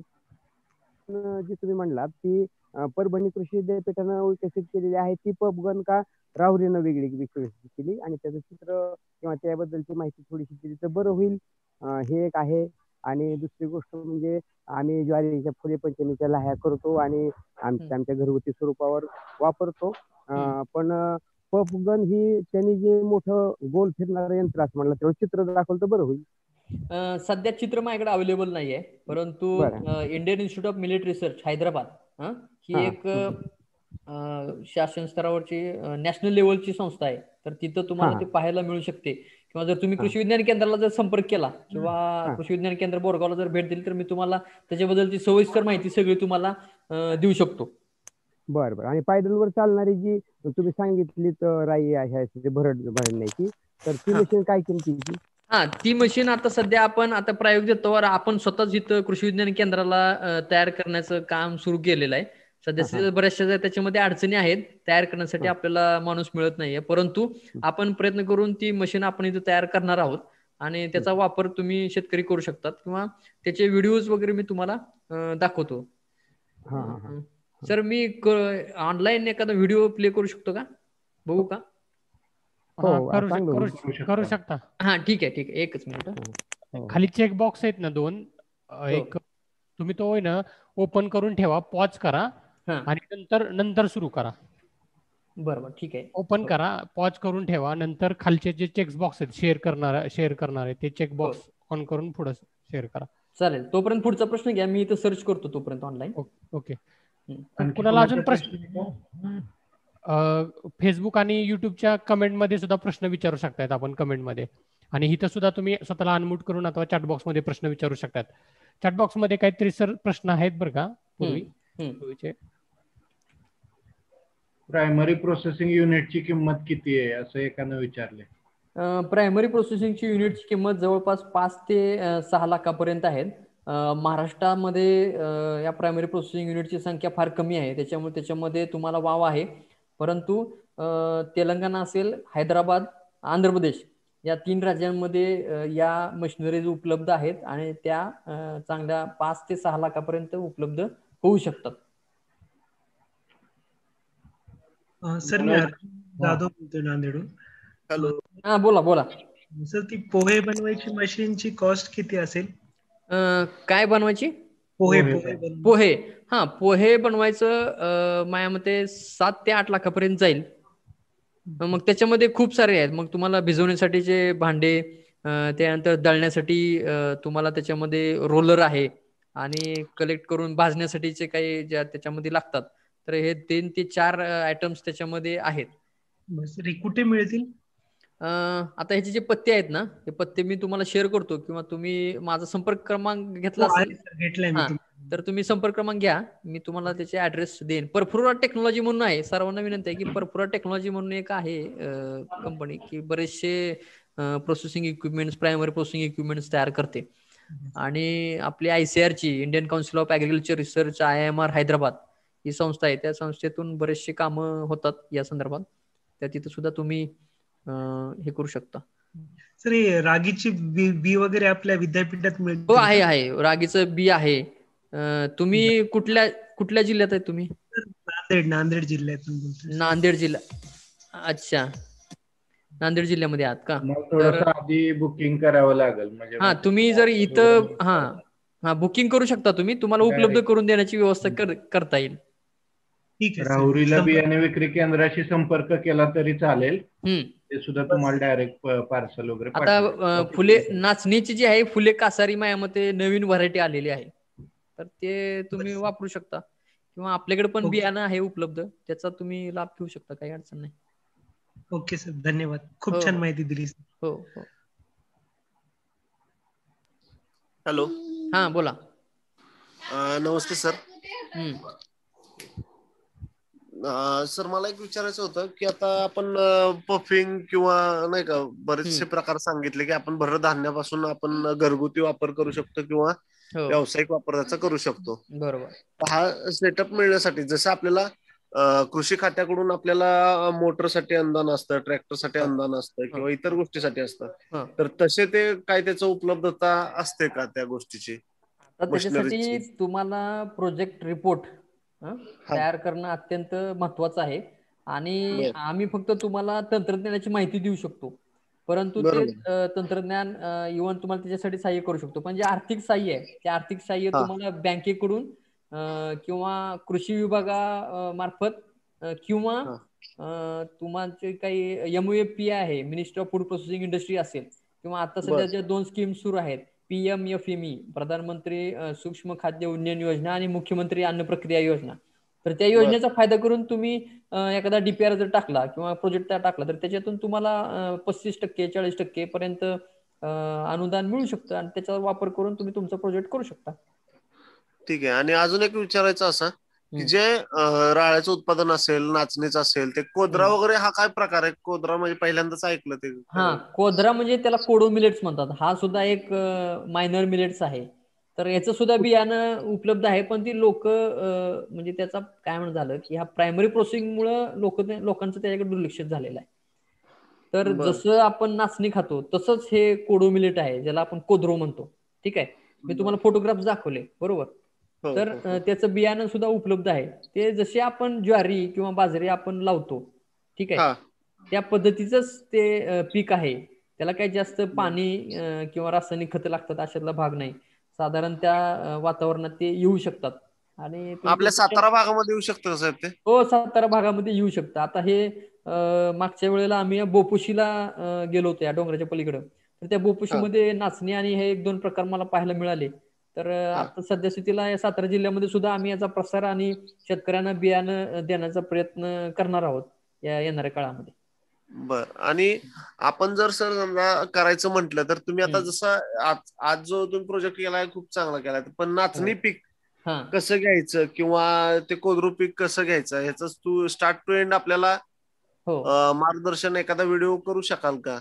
करूया. आता तसा माझा विषय अन्नशास्त्र तंत्रज्ञान असल्यामुळे आपण संदर्भात देऊया, घेऊया आपण एखादा सेशन मिलेट्सच्या पेरणीवरती घेऊया. चालेल. हा बोला की सर.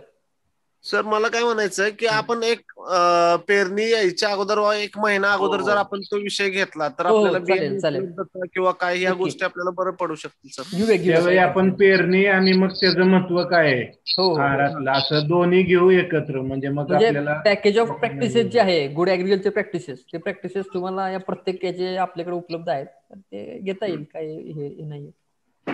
चालेल सर, धन्यवाद सर, खूप चांगली माहिती मिळाली आज. हो, धन्यवाद. सर नमस्ते, माझा प्रश्न होता. बोला. हॅलो. बोला सर. मिलेट्सच्या बाबतीत एक विदर्भामधून मी अमरावतीवरून बोलतो, अभिजित देशमुख. जे सलाईन ट्रॅक आहे किंवा काळी माती जी आहे त्याच्यामध्ये मिलेट्स येऊ शकतात का? हा पहिला प्रश्न. दुसरा, मी मिलेट्स ऑलरेडी म्हणजे आहे माझ्याकडे, मी विकतोय, समजा मी ऑर्गॅनिक मध्ये काम करतो. त्या मिलेट्सला स्टोरेज करण्याची खूप म्हणजे कसरत लागते, त्याला लवकर किडा लागतो आणि आम्ही त्याच्यामध्ये रसायन वापरत नाही किंवा मग त्याला एअरटाईट पॅक मध्ये केल्यानंतरही त्याला लवकर किडा लागतो, तर त्याला काय उपाय आहे सर? त्याला आता उपाय असा आहे की बाजरीचं जे तंत्रज्ञान आहे त्याच्यामध्ये पीठ साठवण्यासाठीचे काही कृषी विद्यापीठानं हे तयार केलेलं आहे. त्याच्यामध्ये प्रिझर्वेटिव्ह थोड्या प्रमाणामध्ये वापरणं आवश्यक आहे. ते तंत्रज्ञान पाहिजे तर तुम्ही मला फोन करा, मी तुम्हाला ते पाठवतो. तर त्याचा वापर जर तुम्ही त्याच्यात केला तर ते टिकू शकतं.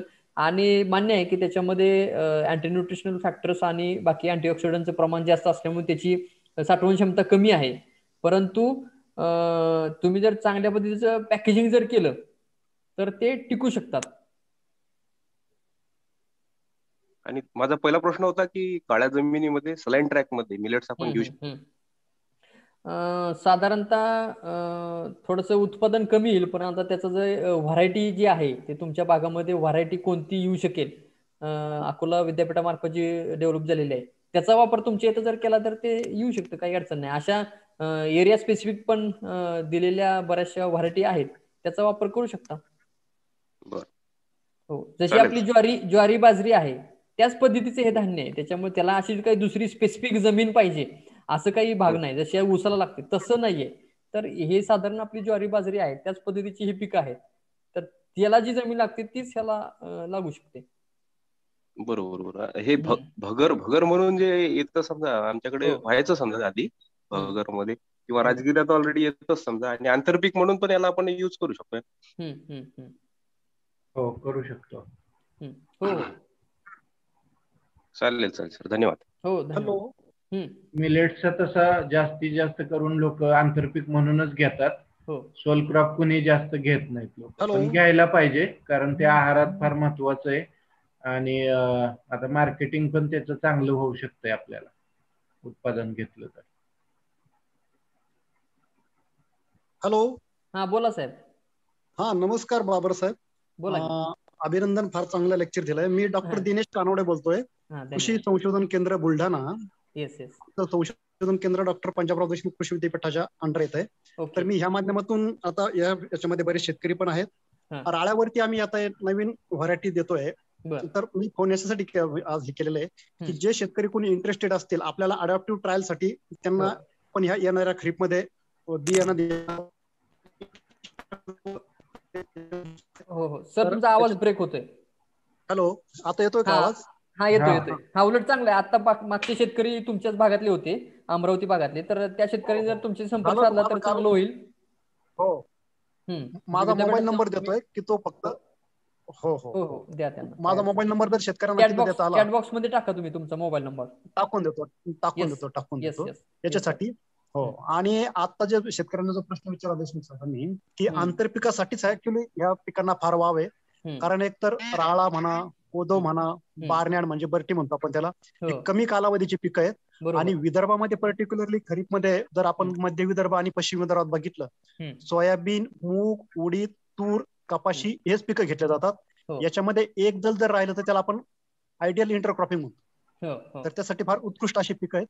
आणि दुसरी एक माहिती तुमच्या माध्यमातून मगाशी कोणतरी विचारली की प्रायमरी प्रोसेसिंग साठी मिनिमम कॅपॅसिटी असलेलं युनिट, कमीत कमी कॅपॅसिटी असलेलं युनिट किंवा मॅन्युअली ऑपरेटेड वगैरे, तर असे जर आपल्याला, कारण काय होईल आता ज्यावेळेस ह्या स्मॉल युनिटच्या पिकामध्ये सगळीकडे इंटरेस्ट वाढायला लागलेला आहे. आपण तसं म्हणलं याच्यामध्ये सुरुवातीची अडचणची की प्रायमरी प्रोसेसिंगची अडचण आहे. तर कमी कॉस्टिंगची जर आपल्याला प्रोसेसिंग मशिनरी जर अवेलेबल झाली किंवा तुमचे आता प्रयत्न चालू आहेत, तशा माध्यमातून आपल्याला बचत गटाच्या माध्यमातून म्हणा किंवा फार्मर प्रोड्युसर कंपनी यांना पण देता येईल. तर त्याची कॉस्टिंग कमीत कमी किती असू शकते? एक 50,000 ते 1 लाखापर्यंत असू शकते, त्यापेक्षा जास्त जाणार नाही. आणि मी आता सध्या तुमच्या भागातलेच, अकोल्यातलेच एक हे होते, त्यांना संपर्क साधला होता की बाबा ही मशीन फॅब्रिकेशन करण्यासाठीचा, परंतु आता पाहूया आता काय होतं. ओके. हॅलो, नमस्कार सर, मी आनंद कुलकर्णी बोलतो. बोला सर. सर, तुमचा नंबर देणार आहे तुम्ही? चॅट मध्ये टाकतोय, चॅट मध्ये. येस सर, चॅट मध्ये टाका. हा, बोला सर. ज्वारीच्या लाह्या तयार करायसाठी, ज्वारी, मका ह्याच्यापासून लाह्या आणि फुटाणे तयार करायसाठी एक 28,000 रुपयाची एक खवा मशीन विकत घेतलेली आहे.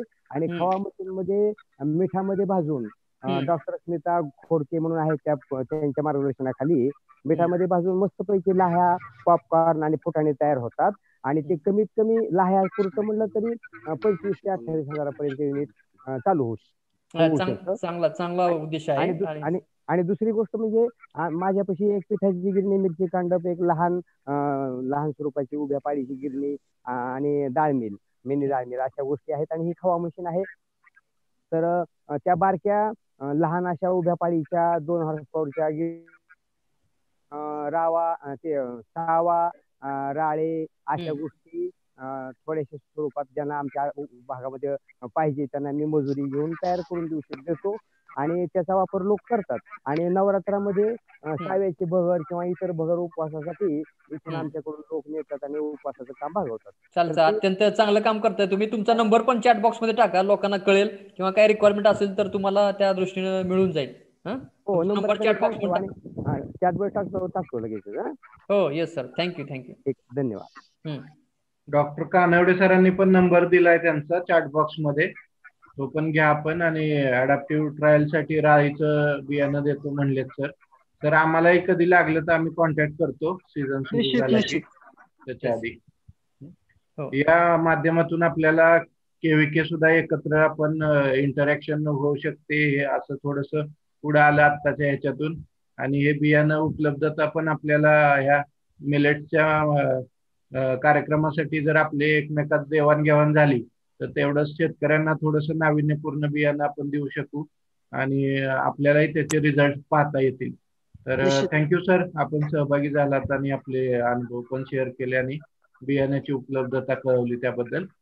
नंतर भागवत कुलकर्णी सरांनी पण नंबर दिलेला आहे चॅट बॉक्स मध्ये, तर त्यांचंही काम चांगलं आहे. आपण त्यांनाही संपर्क करू शकता काय असेल तर. जर शंका संपल्या असतील तर आपण सेशन. एक मिनिट, व्हिडिओ दाखवू का? शंका संपल्या का सगळ्यांच्या? व्हिडिओ दाखवा तुम्ही. 1 मिनिट व्हिडिओ दाखवतो. तर तेवढं बघूया, म्हणजे तुम्हाला पेडल ऑपरेटेड जे मी मशीन म्हणत होतो तर त्याचा तुम्हाला थोडासा ओव्हरव्ह्यू येईल. आता हा युट्यूबचा व्हिडिओ आहे. ही technology central food technology research institute Mysuru, तर त्यांनी बनवलेला आहे. स्क्रीन मध्ये कसं बॅक टू मीटिंग. एक minute.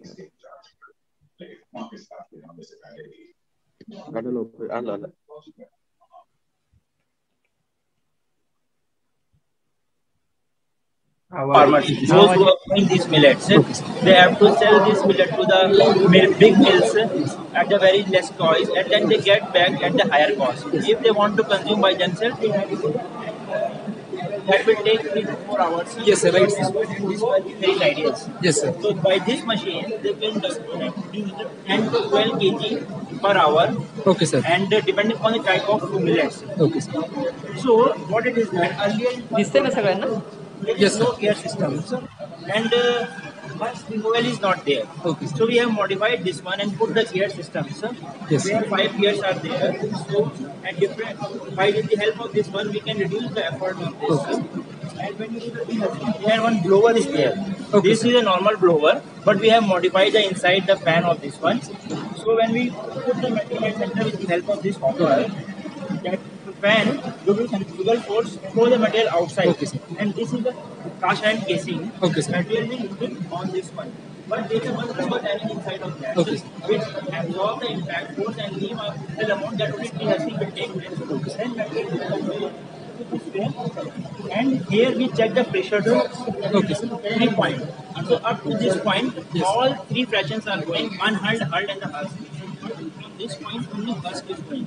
So we have put this small expansion chamber, that is also a central piece. Yes. So due to gravity, unhulled and the hull material will slide down. Okay, sir. And the husk will convert the cyclone. Okay, sir. And husk will settle down here. Okay, and the other thing is there, because air system is there, so person to person paddling is there. Yes, sir. Effort of paddling is varying. Yes, sir. So we have standardized for these 4 millets. Little millets, Foxen millets, Kodo millets, and Kosa millets. Okay. By speedometers. One speedometer is there. Yes, sir. It is the speedometer at okay, that speed. If you are paddling at this speed, yes, sir, you will get the maximum yes, sir, around 65 to 78% of DSC, depending on the type of millets. And we have done the costing also. Yes, for this one. Okay, sir. So for single prototype, its cost is 30,000. But if you go for a more number of machines, so it will cost get will come down. And this drawing is technology is available free of cost as a free technology. Okay, sir. Thank you, sir. This is the demonstration of pedal operated millet rehaler. As per expert, the cost of machine will cost nearly 20,000 rupees, and they are telling this technology is made free for everyone. So anyone can access this technology free of cost. from a CFTRI. To access this technology, they have to contact TTBD division, which is in CSIR CFTRI. There will get all information about this technology. So please contact CFTRI TTBD for more information. And if you are new to the channel, please subscribe my channel. And if you like the video, please hit the like button. And thank you for watching the video. तर हे अशा प्रकारचं free technology मी तुम्हाला जे सांगत होतो CFTRI मैसूरने develop केलेली आहे. आणि हे पेडल ऑपरेटर मशीन तुम्ही प्री प्रोसेसिंग किंवा प्रायमरी प्रोसेसिंगसाठी वापरू शकता. आणि कमर्शियलसाठी मोठ्या प्रमाणात असेल तर 4 ते 5 लाखापर्यंत त्याची उपलब्धता होऊ शकते. ठीक आहे, धन्यवाद सर. आजच्या या भरड धान्यापासून मूल्यवर्धित पदार्थ या विषयावरती आपल्याला डॉक्टर कल्याण बाबर यांनी सविस्तर मार्गदर्शन केलं, तसंच व्हिडिओ दाखवला आणि खूप सारे पदार्थ आपल्याला बघायला आज मिळाले. आपण बाजरी, ज्वारी याच्याकडे सुद्धा आपण भाकरी सोडलं तर दुसऱ्या काय पदार्थाचा विचार करत नाही, पण त्याचं आहारातलं मोल काय आहे आणि ते आपण कसं बनवू शकतो याविषयी कल्याण बाबर सरांनी आता आपल्याला एक जवळजवळ 1.25 तास होत आले, पण त्यांनी न थकता मार्गदर्शन केलेलं आहे. त्याबद्दल सर्वांच्या वतीनं आणि कृषी विज्ञान केंद्र बोरगावच्या वतीनं सर मी आपला आभारी आहे. असंच भविष्यातही आपण हा विषय घेऊन परत वेबिनारच्या माध्यमातून किंवा शेतकऱ्यांना एकत्र करून आपण या विषयावरती बोलू. तुर्तास तरी सर आपले खूप खूप आभार. शेकरू टीव्हीचे आभार ज्यांनी आम्हाला हा प्लॅटफॉर्म उपलब्ध करून दिला आणि उपस्थितांचेही पुन्हा एकदा आभार व्यक्त करतो. हा कार्यक्रम आपल्याला YouTube आणि फेसबुकच्या माध्यमातून पण पाहता येईल, तरी आपण त्याचा लाभ घ्यावा एवढं बोलतो.